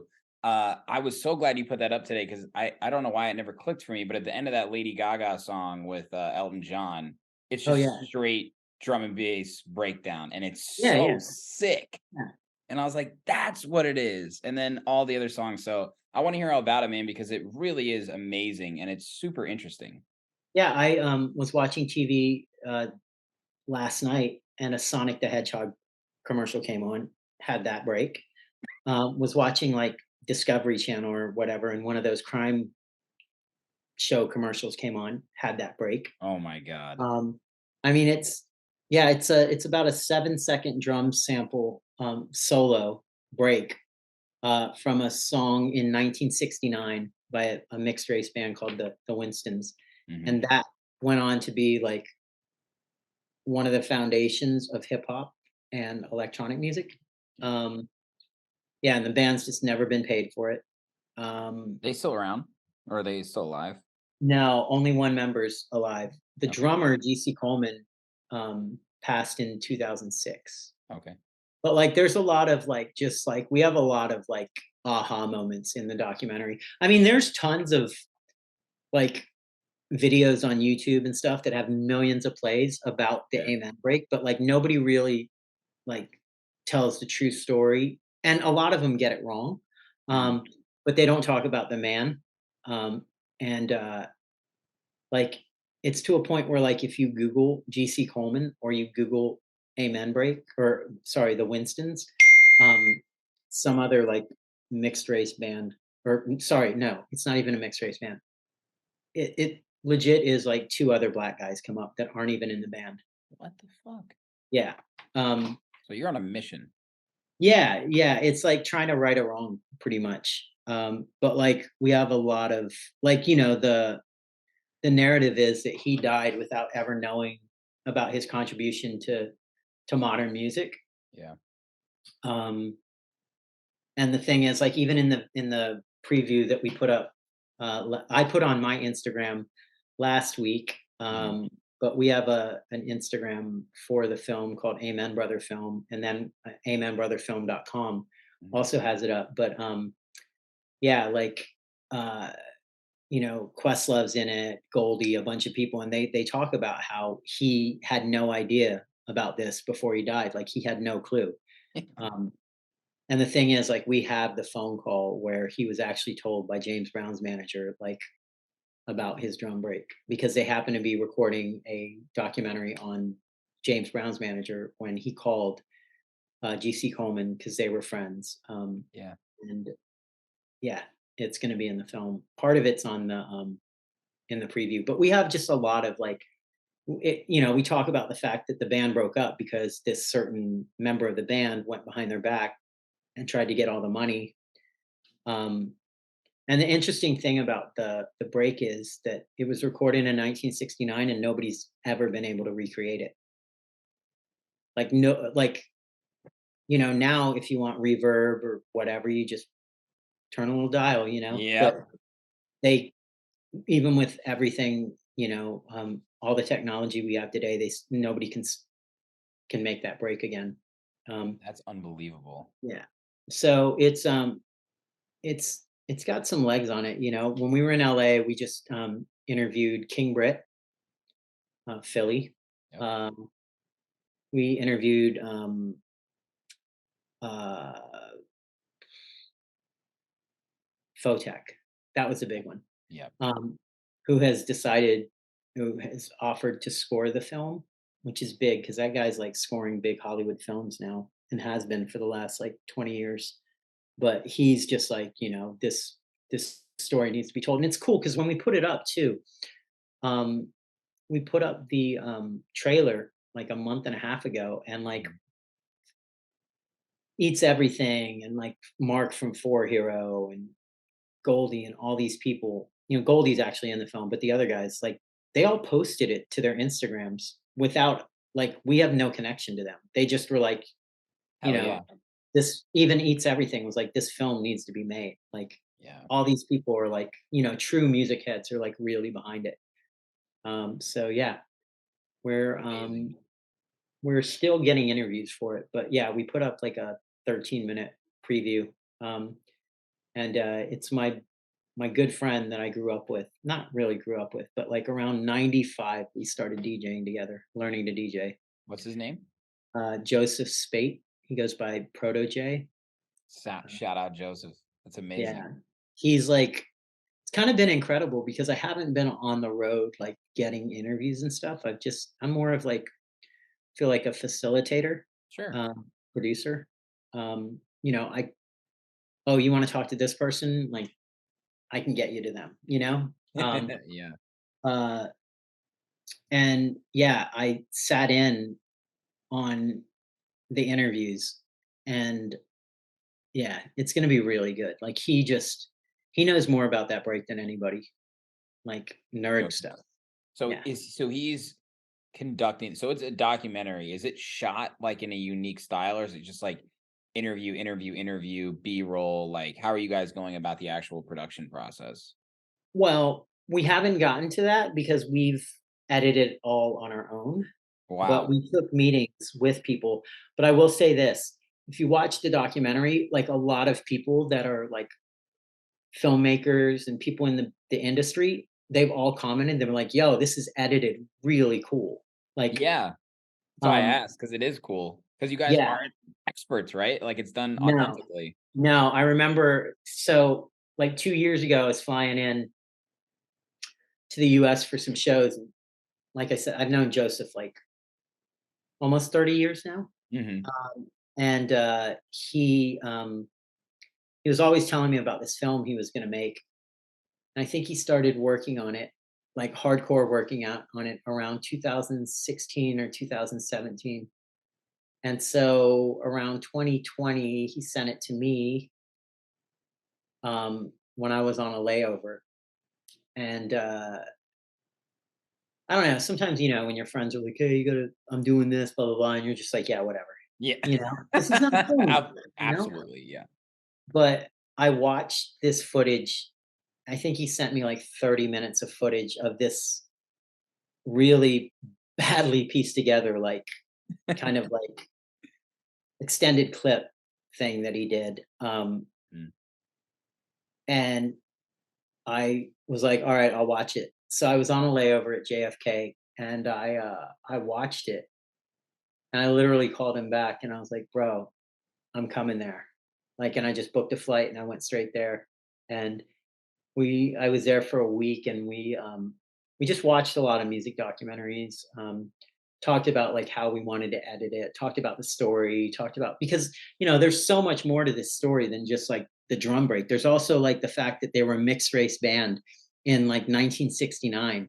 You know, this record was the B-side to a single that went on to win a Grammy and sell 2.5 million copies. You know, like it wasn't like, and this was a band that was touring like the Chitlin circuit, which nobody really like has really dove into what that actually is, you know. And it's kind of, it's the venues throughout the like segregated United States that like black bands basically had to play in, you know. Um, and this was a mixed race band that got together with a white producer and basically like captured lightning in a bottle. And Crazy. yeah, and so it's, I mean, fuck, like Virgil, who actually this is the 1 year anniversary of his death. Like Yeah. he named the last Louis Vuitton collection that he made was named after this break. And he talks about the fact that like this band has never been paid for it, you know? He was actually supposed to be in this documentary. We were supposed to interview him for it. But when we went to go interview him, um, yeah, he kind of, it was at 3 Points, that festival that happens down in Miami. Yeah. Yeah. He came off stage, and I read this thing that Joseph put up today about it on his Instagram, because I was on the phone constantly with Joseph, like, "Yo, are you getting the interview?" Blah blah blah, because Goldie was sorting it out for us. Yeah. And he was like, "Yo," he's like, "it's really weird." Like he got off stage, and he looked like he just crushed that DJ set, but he looked like he was just in another world. Like he wasn't talking to anybody. Oh. He wasn't like smiling. He was just looking down. He wasn't looking at his phone or anything. And he just like left. And obviously now we know that He's a depressed. few days later, like he passes away, you know? So he, Damn. or maybe it was a month, I don't know. But, you know, he knew, Dude, he that's so obviously knew sad. what was going on with him. But yeah, like this break is like everywhere, like fuck, like David Bowie, Oasis, Slayer, NWA, Eric B. Rakim, Salt and Pepper, like fucking Street Fighter, Skrillex. Futurama, Skrillex, the Powder Puff Girls theme song, like it's like everywhere. It's just like gotten to that point where people just feel like it's just public domain, but Yeah, it's not. no, that's the thing too. It's like there's so much about the band here, but I think there's a lot of lessons to be learned for copyright. And one of the things I've heard from a lot of people is get a lawyer or a publisher before you ever get a manager and an agent if Yeah. you're when you're in the music industry, because people are out there to not to get you necessarily, but like this is the perfect example, man. This is honestly the more I hear about this, Dana, the more interested and passionate I am. Like I can kind of see why you were like so into it and wanting to help right away, because there's just a lot of depth to it and purpose, and what you guys are doing with it is so dope, man. Yeah, it's actually interesting. Sorry, I got this text, and Yeah. there was like a Google Hangout or like a chat room, and um,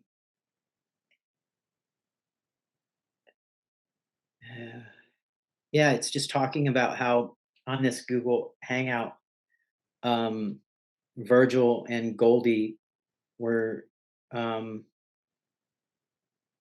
were talking about our film in this Google Hangout, and that was right before he was supposed to do the interview for it. It's crazy. Sorry, I just got this, and it was from Joseph, so I actually No, had you're fine. It's on to look on at the top. phone. But yeah, we're still working on it, trying to get, and we don't want to make it like it's we're not trying to make it like a drum and bass jungle like story. We're Yeah, trying of to, course. about how it's influenced all music, and yeah, still trying to get some interviews. Got a bucket list of people we want to get in the film.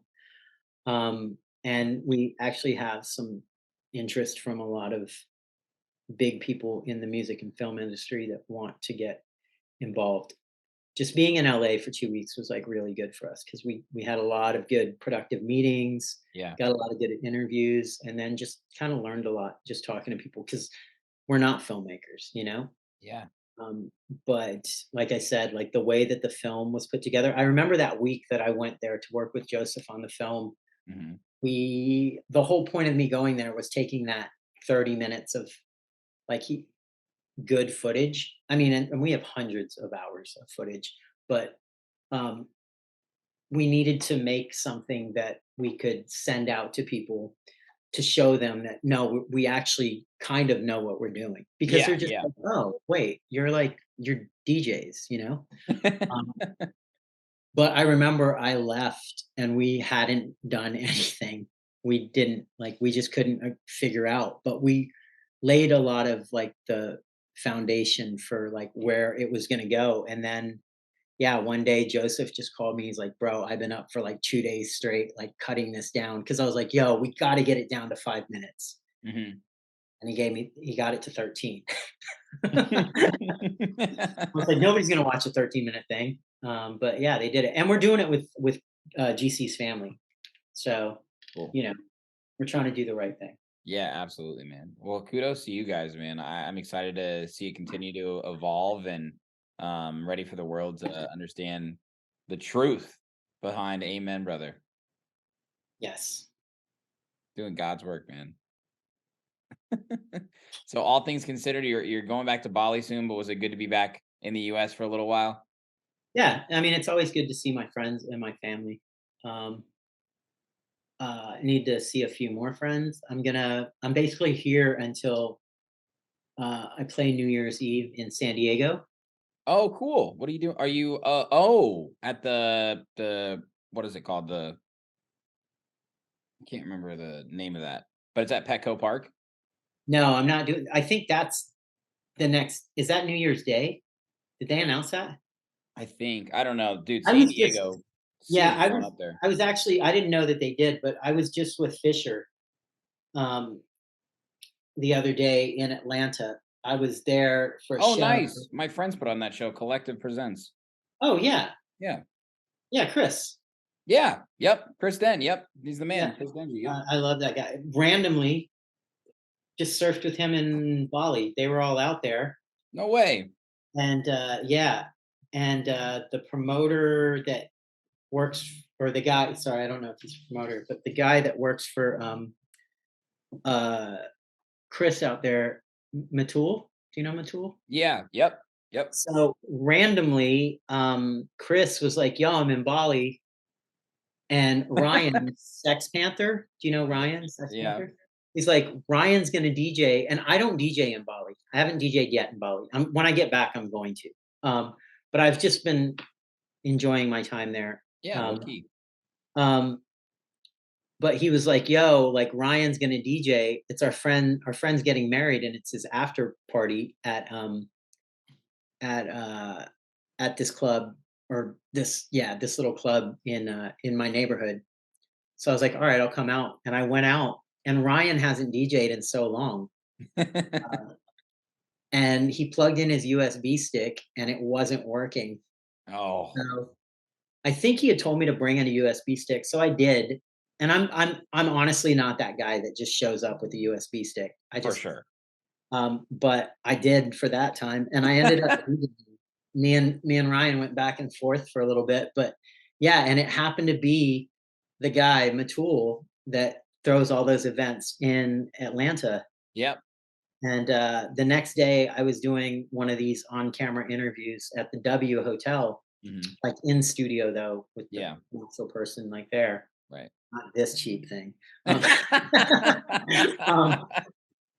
he was like sitting there, and I was like, "Yo, I think that's the guy from last night." And I like pulled up his Instagram, and I was like, "Oh yeah, it is." So I ended up talking to him, but I was like, he's like, "Yeah, we're doing Fisher," and I was like, "Oh, cool, put me on the guest list."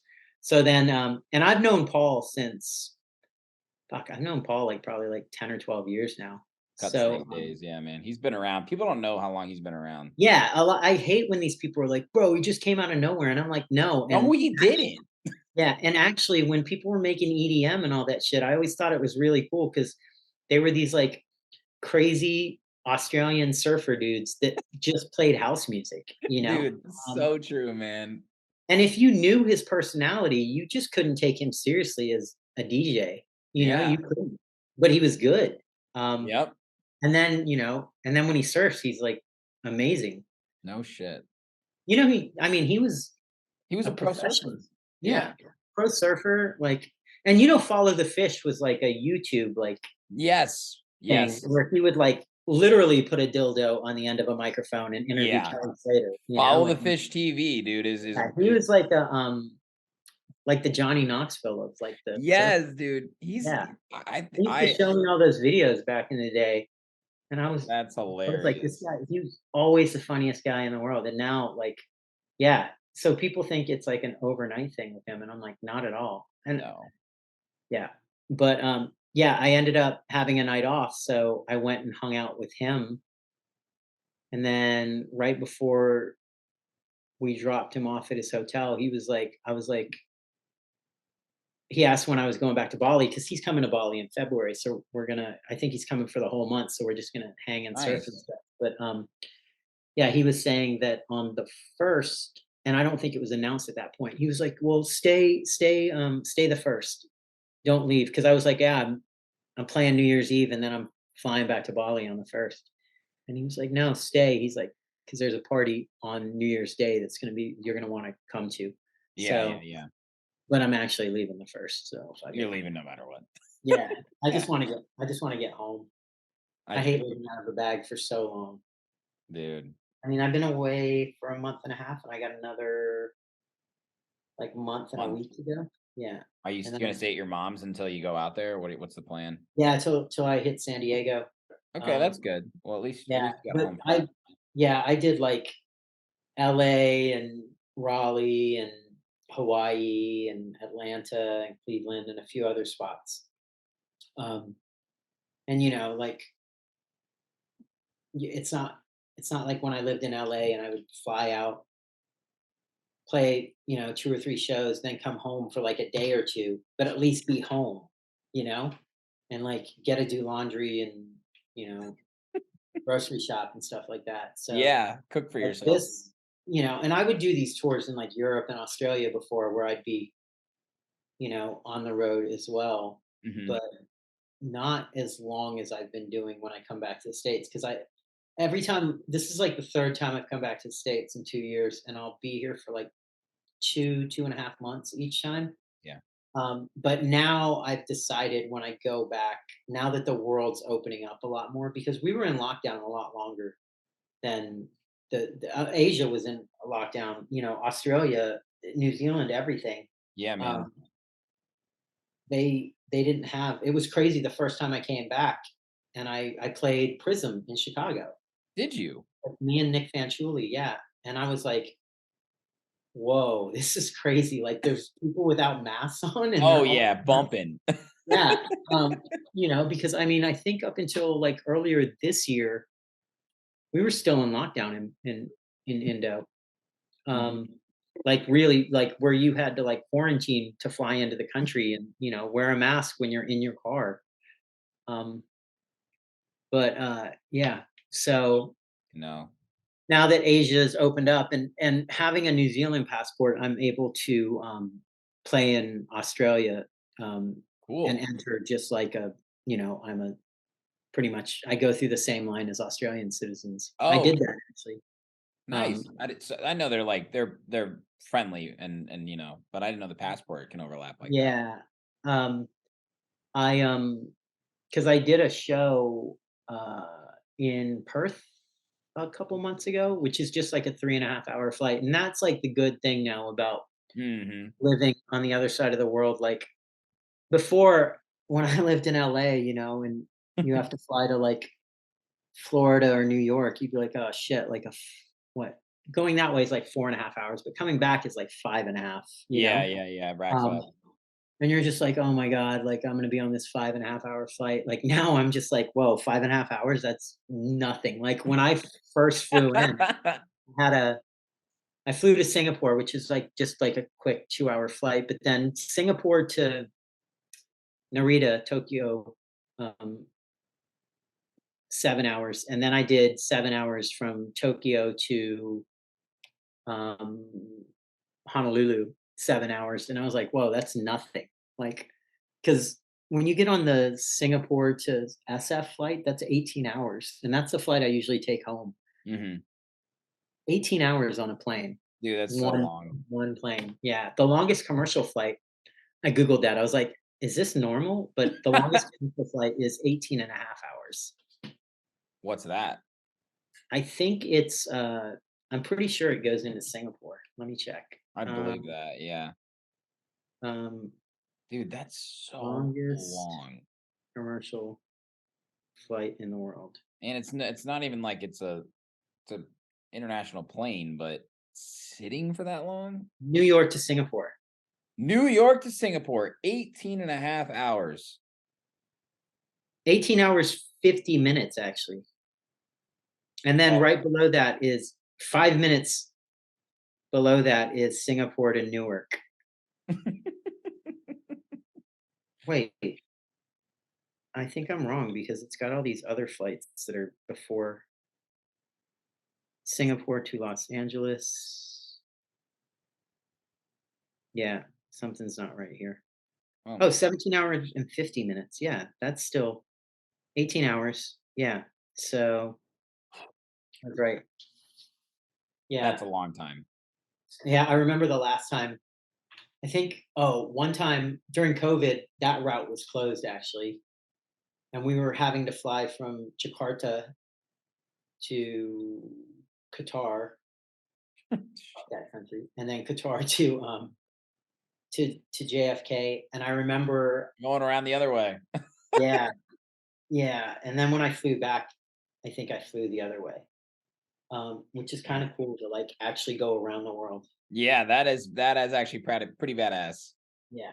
But I remember I had missed getting coffee that day because It's just like so go go go. And when you drink coffee every day and you don't get it, Oh you yeah. get these, like, you get just super nauseous and a headache and everything. And I just Yeah, had it's the worst terrible. time on that flight, like somewhere over the Atlantic. It just sucked. Dude, I Yeah. know. Coffee gets you like that, doesn't it? I've tried to wean off, but I enjoy it.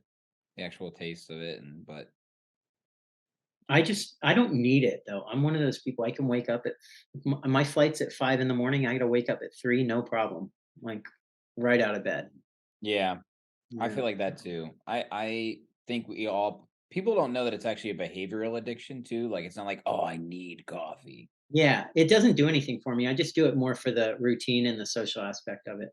Yeah, for sure. I agree. I love having I mean, when I was in Amsterdam for ADE, I would just like sit at a coffee shop and have an espresso and kind of just like enjoy that I aspect of it. I miss that. I've never been to ADE. I really want to go. I think next year I'll go. I think if the film gets like done in time, Dude, I think we're I'll throwing a go hood for it. politics event. You got to come and got to get on that lineup. Wait, did Hood Politics do one this year? No, we didn't, but I went to the conference and networked and it's crazy what's going on with the label, man. A lot of people know Hood Politics, so I think we're Oh, working. dude, that label. I love that I'm on there. I did a Dude, track with Rewire recently, but we did you? can't. Yeah, that they want, but like we're something's weird going on with the vocal. So we're gonna get. I'm your guy, Daniel. I'm the A&R, bro. I was asking Susan about it today. Hey, I'm talking to LA Riots tonight. He goes, "Oh, we're trying to work out something with some vocals. So let me send." Yeah, no, it's just like it's. I don't think that one's gonna work out, but I think we're gonna get another vocal on there. But I have a couple other tracks. I actually, I play a lot of the thing that I think does really well for Hood Politics, aside from like them putting out like good quality tracks, is like the bootleg things that you guys are doing. The edits, man. Yeah, dude, they do so well. And we Wait, so try. wait, who's Lakeshore Drive? Or Jake what? Shore Drive. Jake Shore Drive. Close. Do you do stuff with him sometimes Yeah, or yeah, no? yeah. He's in Chicago. He's a great friend of mine. Yeah. Okay, but do you put out tunes? Yeah. Okay, that's what I thought too. I mean, I don't keep up with a lot of stuff. I get it peripherally, That's but fair. because you guys don't have a fucking promo list. I don't know what's going on, or I'm not Uh on it. Dude, no one's on it. It is gonna be going down the first of the year. I've been working on the list and Because getting like it. I hate like hitting up people and being like, "Hey, can you send me this track like individually?" Like that's how I am with a few big labels that I also know don't have promo lists because they want to chart, obviously. We don't do it. We don't do it because of that. We do it. Because you're unorganized. Yeah. Yes, man. I I came mean, in like a year ago. obviously, like I've released on the label. Yeah, which it's a great label to release on. Like it's very fan focused. It's a great artist experience. I mean, just Susan's just like the best dude in the world. I mean, exactly. He Um, says what up, by the way. So does Nutty. oh yeah, yeah, yeah, Nutty as well. But I have a few bootlegs that I play in my sets, and people are all the time like, "What is that track?" Blah blah blah, and I'm like I did an Insomniac live stream, and I played this. I made this edit of Girls with the Janet Jackson. All the girls at the party, look at Yeah, yeah. them. And like everybody was in the comments like, "What is that track?" And I just never did anything with it. But I recently was like, "Oh wait, I should give that to Hood Politics and put it out." Yes. I have a couple more. I think I did. I did a Rhythm as a Dancer on that bootleg series for you guys. Yeah, you did. Yeah, with Diplo and a bunch Acid of these Roll. guys are coming out all the time. I think it came Acid out. Roll does so well in the sets. Like apparently Max Styler plays that every set, and he always like texts me. He's like, "Bro, this tune is so good." Yeah, It is one of our best tracks, man, without a doubt. I yeah, I've found that's what I hate about using Splice. Like I found 3 other tracks that use that same vocal. It happens. You had it first though. Yeah, I feel like people were just like, "Yeah, I don't care," because that's how I am. I'm just like, "I'll make a better track." I love that you brought up the promo list because you know what? I find it actually really humbling now. Not that we've like could have done a better job, but like people really want our music and that's Yeah. amazing. you know? Yeah.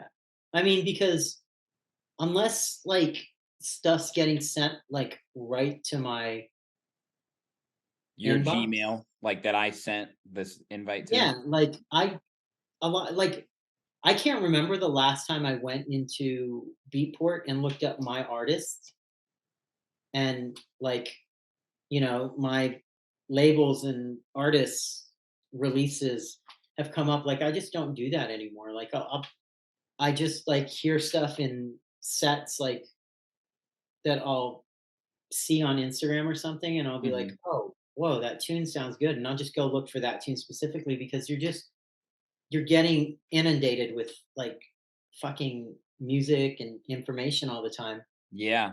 and I just had to step back from all of that. So now, Mhm. like, I just play what I want. You know what's really good, but by the way, speaking of what I want, that Yeah. MASF. I don't know who they are, but they did Mass that. F tipping. Oh my god. I heard that, like, in Hawaii. This friend of mine played it for me, and I was like, "What is this?" And Yeah, then dude. and then I played it at Sound the other night for Space Yacht, and god, that song is so ratchet and so good. It's so It's sick, so man. good. It Massive. it's Who it's is that? been it's well received like at every level. Like Diplo plays it, like you love it, I love it, fans Yeah. love it, DJs My love it. my sets have gotten, like, I don't know, I go through phases, and right now I'm on, like, a very, like, hood phase of, like, Fuck mm, yeah, bro. We got the music for you then. um I'm gonna send you some unreleased. I'm gonna send you some okay, unreleased for you. good, I need it for my sets because Can't have yeah, anybody doing the it's interesting Shazam. because I go in spurts of playing, like, like, I'll go home for, like, 6 months and surf every day and not play music, but, like, get all these tunes, and then it's like, oh, like, I'll have 2 months of gigs, and I'll have, like, 1,000 new tracks over that 6-month period. Yeah. And I don't play sets, and, like, when I get places, I'm just like, "Oh, can I play for, like, 3 or 4 hours?" And they're like, "Yeah," sometimes. Yep. But it was interesting because at Space Yacht, I had an hour It's set, not enough. and I was just like, "Fuck, what do I play?" Yeah. But and I didn't know because I don't keep up with, like, the new DJs or anything. I didn't know anything about the people playing around me. I just go in Did and your do my thing. thing. Yeah. That And then set I'm looks just like, sick. "All right, cool. I'm gonna go back to my hotel room and go to sleep now." I always request the 3 hour set. Like there's this big club here called Soundbar. You might have played there before actually. Oh, yeah. I know Soundbar. Yeah, and the Wait, opening slot is 10 to 1. And I'm always like wait, and then is there Spy Bar as well? right across the street. It's very confusing for people.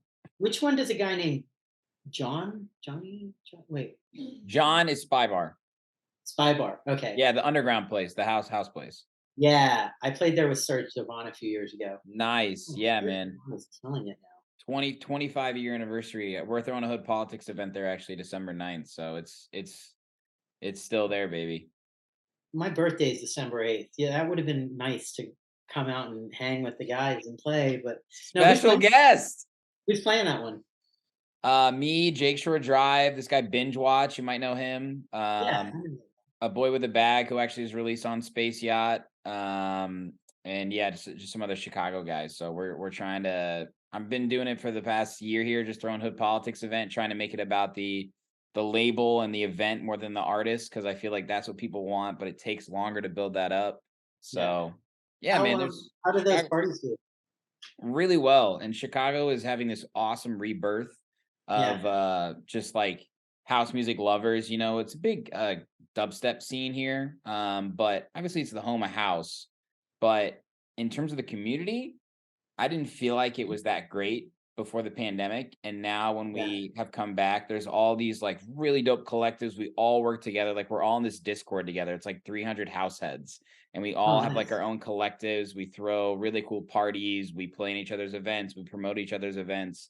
And we're That's good. ushering in this like younger generation of like college kids or like people who are just starting to get into house music, even older people. So it's a very, very lively scene here right now, and I've just never been happier to be sort of a tenured DJ trying to like spread the love, baby.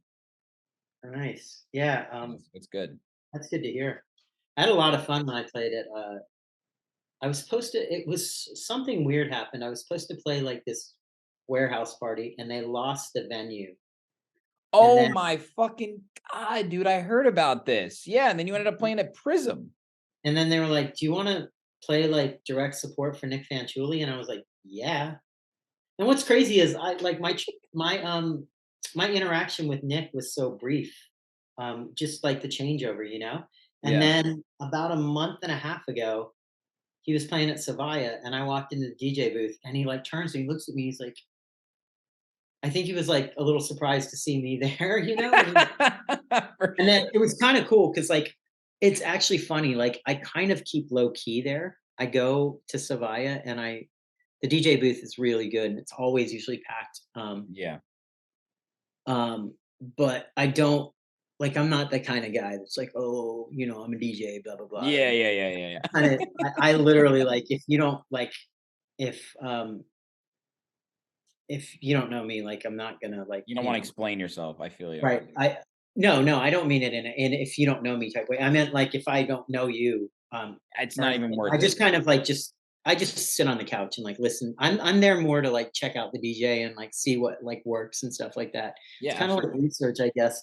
But There you go. but yeah, like he would play these like edits, and like he would like move people away, like out of his way so he could see me, and he'd be like and he'd call me over, and he'd like explain to me like what kind of edit it was and be like, I'll send it to you. And then at the end of the night, like as he was like about to finish, he's like, I'm so jealous that you live here.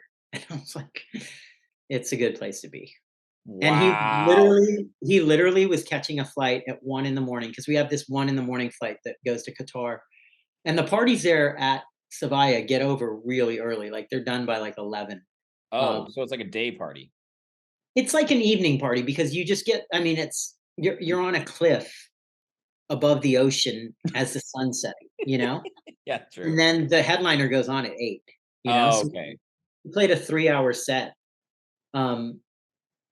and then was flying directly to Ibiza to play. Yeah. From there on the 1 o'clock. Dude, that Um, sounds yeah. exhausting. But like I said, like, I mean, uh, Bali, we have insane lineups. Like, s- it's it's a small island, but like when I go to like Canggu, which is the place where most of the expats live, like during the day to run errands, I just see all these billboards for like all these different acts that play there. And Wow. I'm like, whoa, like this is like 20 minutes away from where I live, and I have no idea that this is going on. Like James Hype, John Summit. Like, oh, actually, they just did Ultra, and I went and hung out with John during his set. Nice. But it was like Alesso, Rehab, Afrojack. No, Rehab wasn't there, or was he? No, I don't think so. I think he was there for something else, or maybe he was there another night because Ultra was 2 nights there. And these guys, Black Tiger, Sex Machine. Yeah. I think they wear helmets. Yeah, they're intense. Yeah, no, I mean they play dubstep, so it's pretty intense. But yeah, just great parties there all the time. Fuck, man, I want to come out. I know. I feel like it's gonna overtake Ibiza soon as like the party destination. It's already the number. You know, it's the number one tourist destination in the world. What? Number one. You know what number two is? Is it in the US? Fuck no. I know. I'm Nobody trying to wants to get shot. Nobody wants to get shot. Paris? No, New Zealand. Wow. Yeah. And I live in Bali, and I have a New Zealand passport. Wow. Talk about the long game, Daniel. I'm doing it right. Yeah, You're just coming into your prime of life, baby. I am. I am gonna grow the beard in long, the hair long. Oh, Just gonna fuck, start man. wearing sweatpants every day and just give up on life. Look at Surfing. you. You've come so far. I have. Dude, this has been such a great time, Half my man. head's been cut off. This whole thing. It's Because I keep moving back and forth. you've been good. Now I'm gonna go random. Yeah, I'm gonna go now hang out with Nick and Hulk Hogan. At Tell 'em what karaoke. up for me. At karaoke. Watch my stories. But wait, do you follow my private account? Yeah. I did just recently. I love the I have content. I put a lot more stuff on there, like stuff I'd get in trouble for if I put on my regular one. Do you see the one? There was a guy on a one wheel today going through. I saw him on my walk, and it was like Instagram, and I was like, "Oh, look, a virgin." I'll go look after this. Oh yeah, I got to send you. Wait, I'm gonna send you that the thing that I Well, played with Yellow Wolf too. dude, fuck, man. I forgot we started off with that. That was, I don't even know how we got there, but I'm so glad that I heard that story. Do you want to know something else random? And I don't want to. We're gonna end the interview now. Yeah, But yeah, tell me. and I'm not gonna explain anything. But do you know that? Do you know that that movie We Are Your Friends with Zac Efron? Of course. Do you know who the inspiration for that movie was? This guy. Interview's over. I'm not What gonna the explain. Yeah. How funny is that? There's a long story behind all of that. But yeah, I was actually on set like the last day for that thing. But yeah, like the guy that wrote it. It's not my story, but I was the No, inspiration for it. I just got your story, and that's not your story. But holy shit. Yeah. Okay, look, I just sent you that look at this.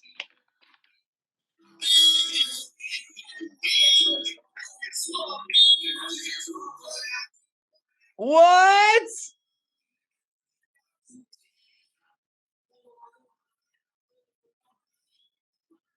Dude, holy shit. What is everybody wearing? Oh shit. Wow.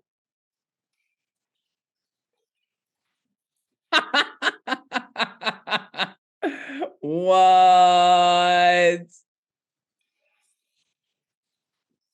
Holy shit. That's you right there, obviously. Nah. Let's put away. Some guy comes flying. Watch. Want to report? Oh! No, the guy with the like scarf thing on, that was this Alexander McQueen scarf that I gave to Yellow Wolf, but that was DJ Paul. And then That Wolf was DJ up front. Paul. Yeah, Wolf was up front, and then in the back was I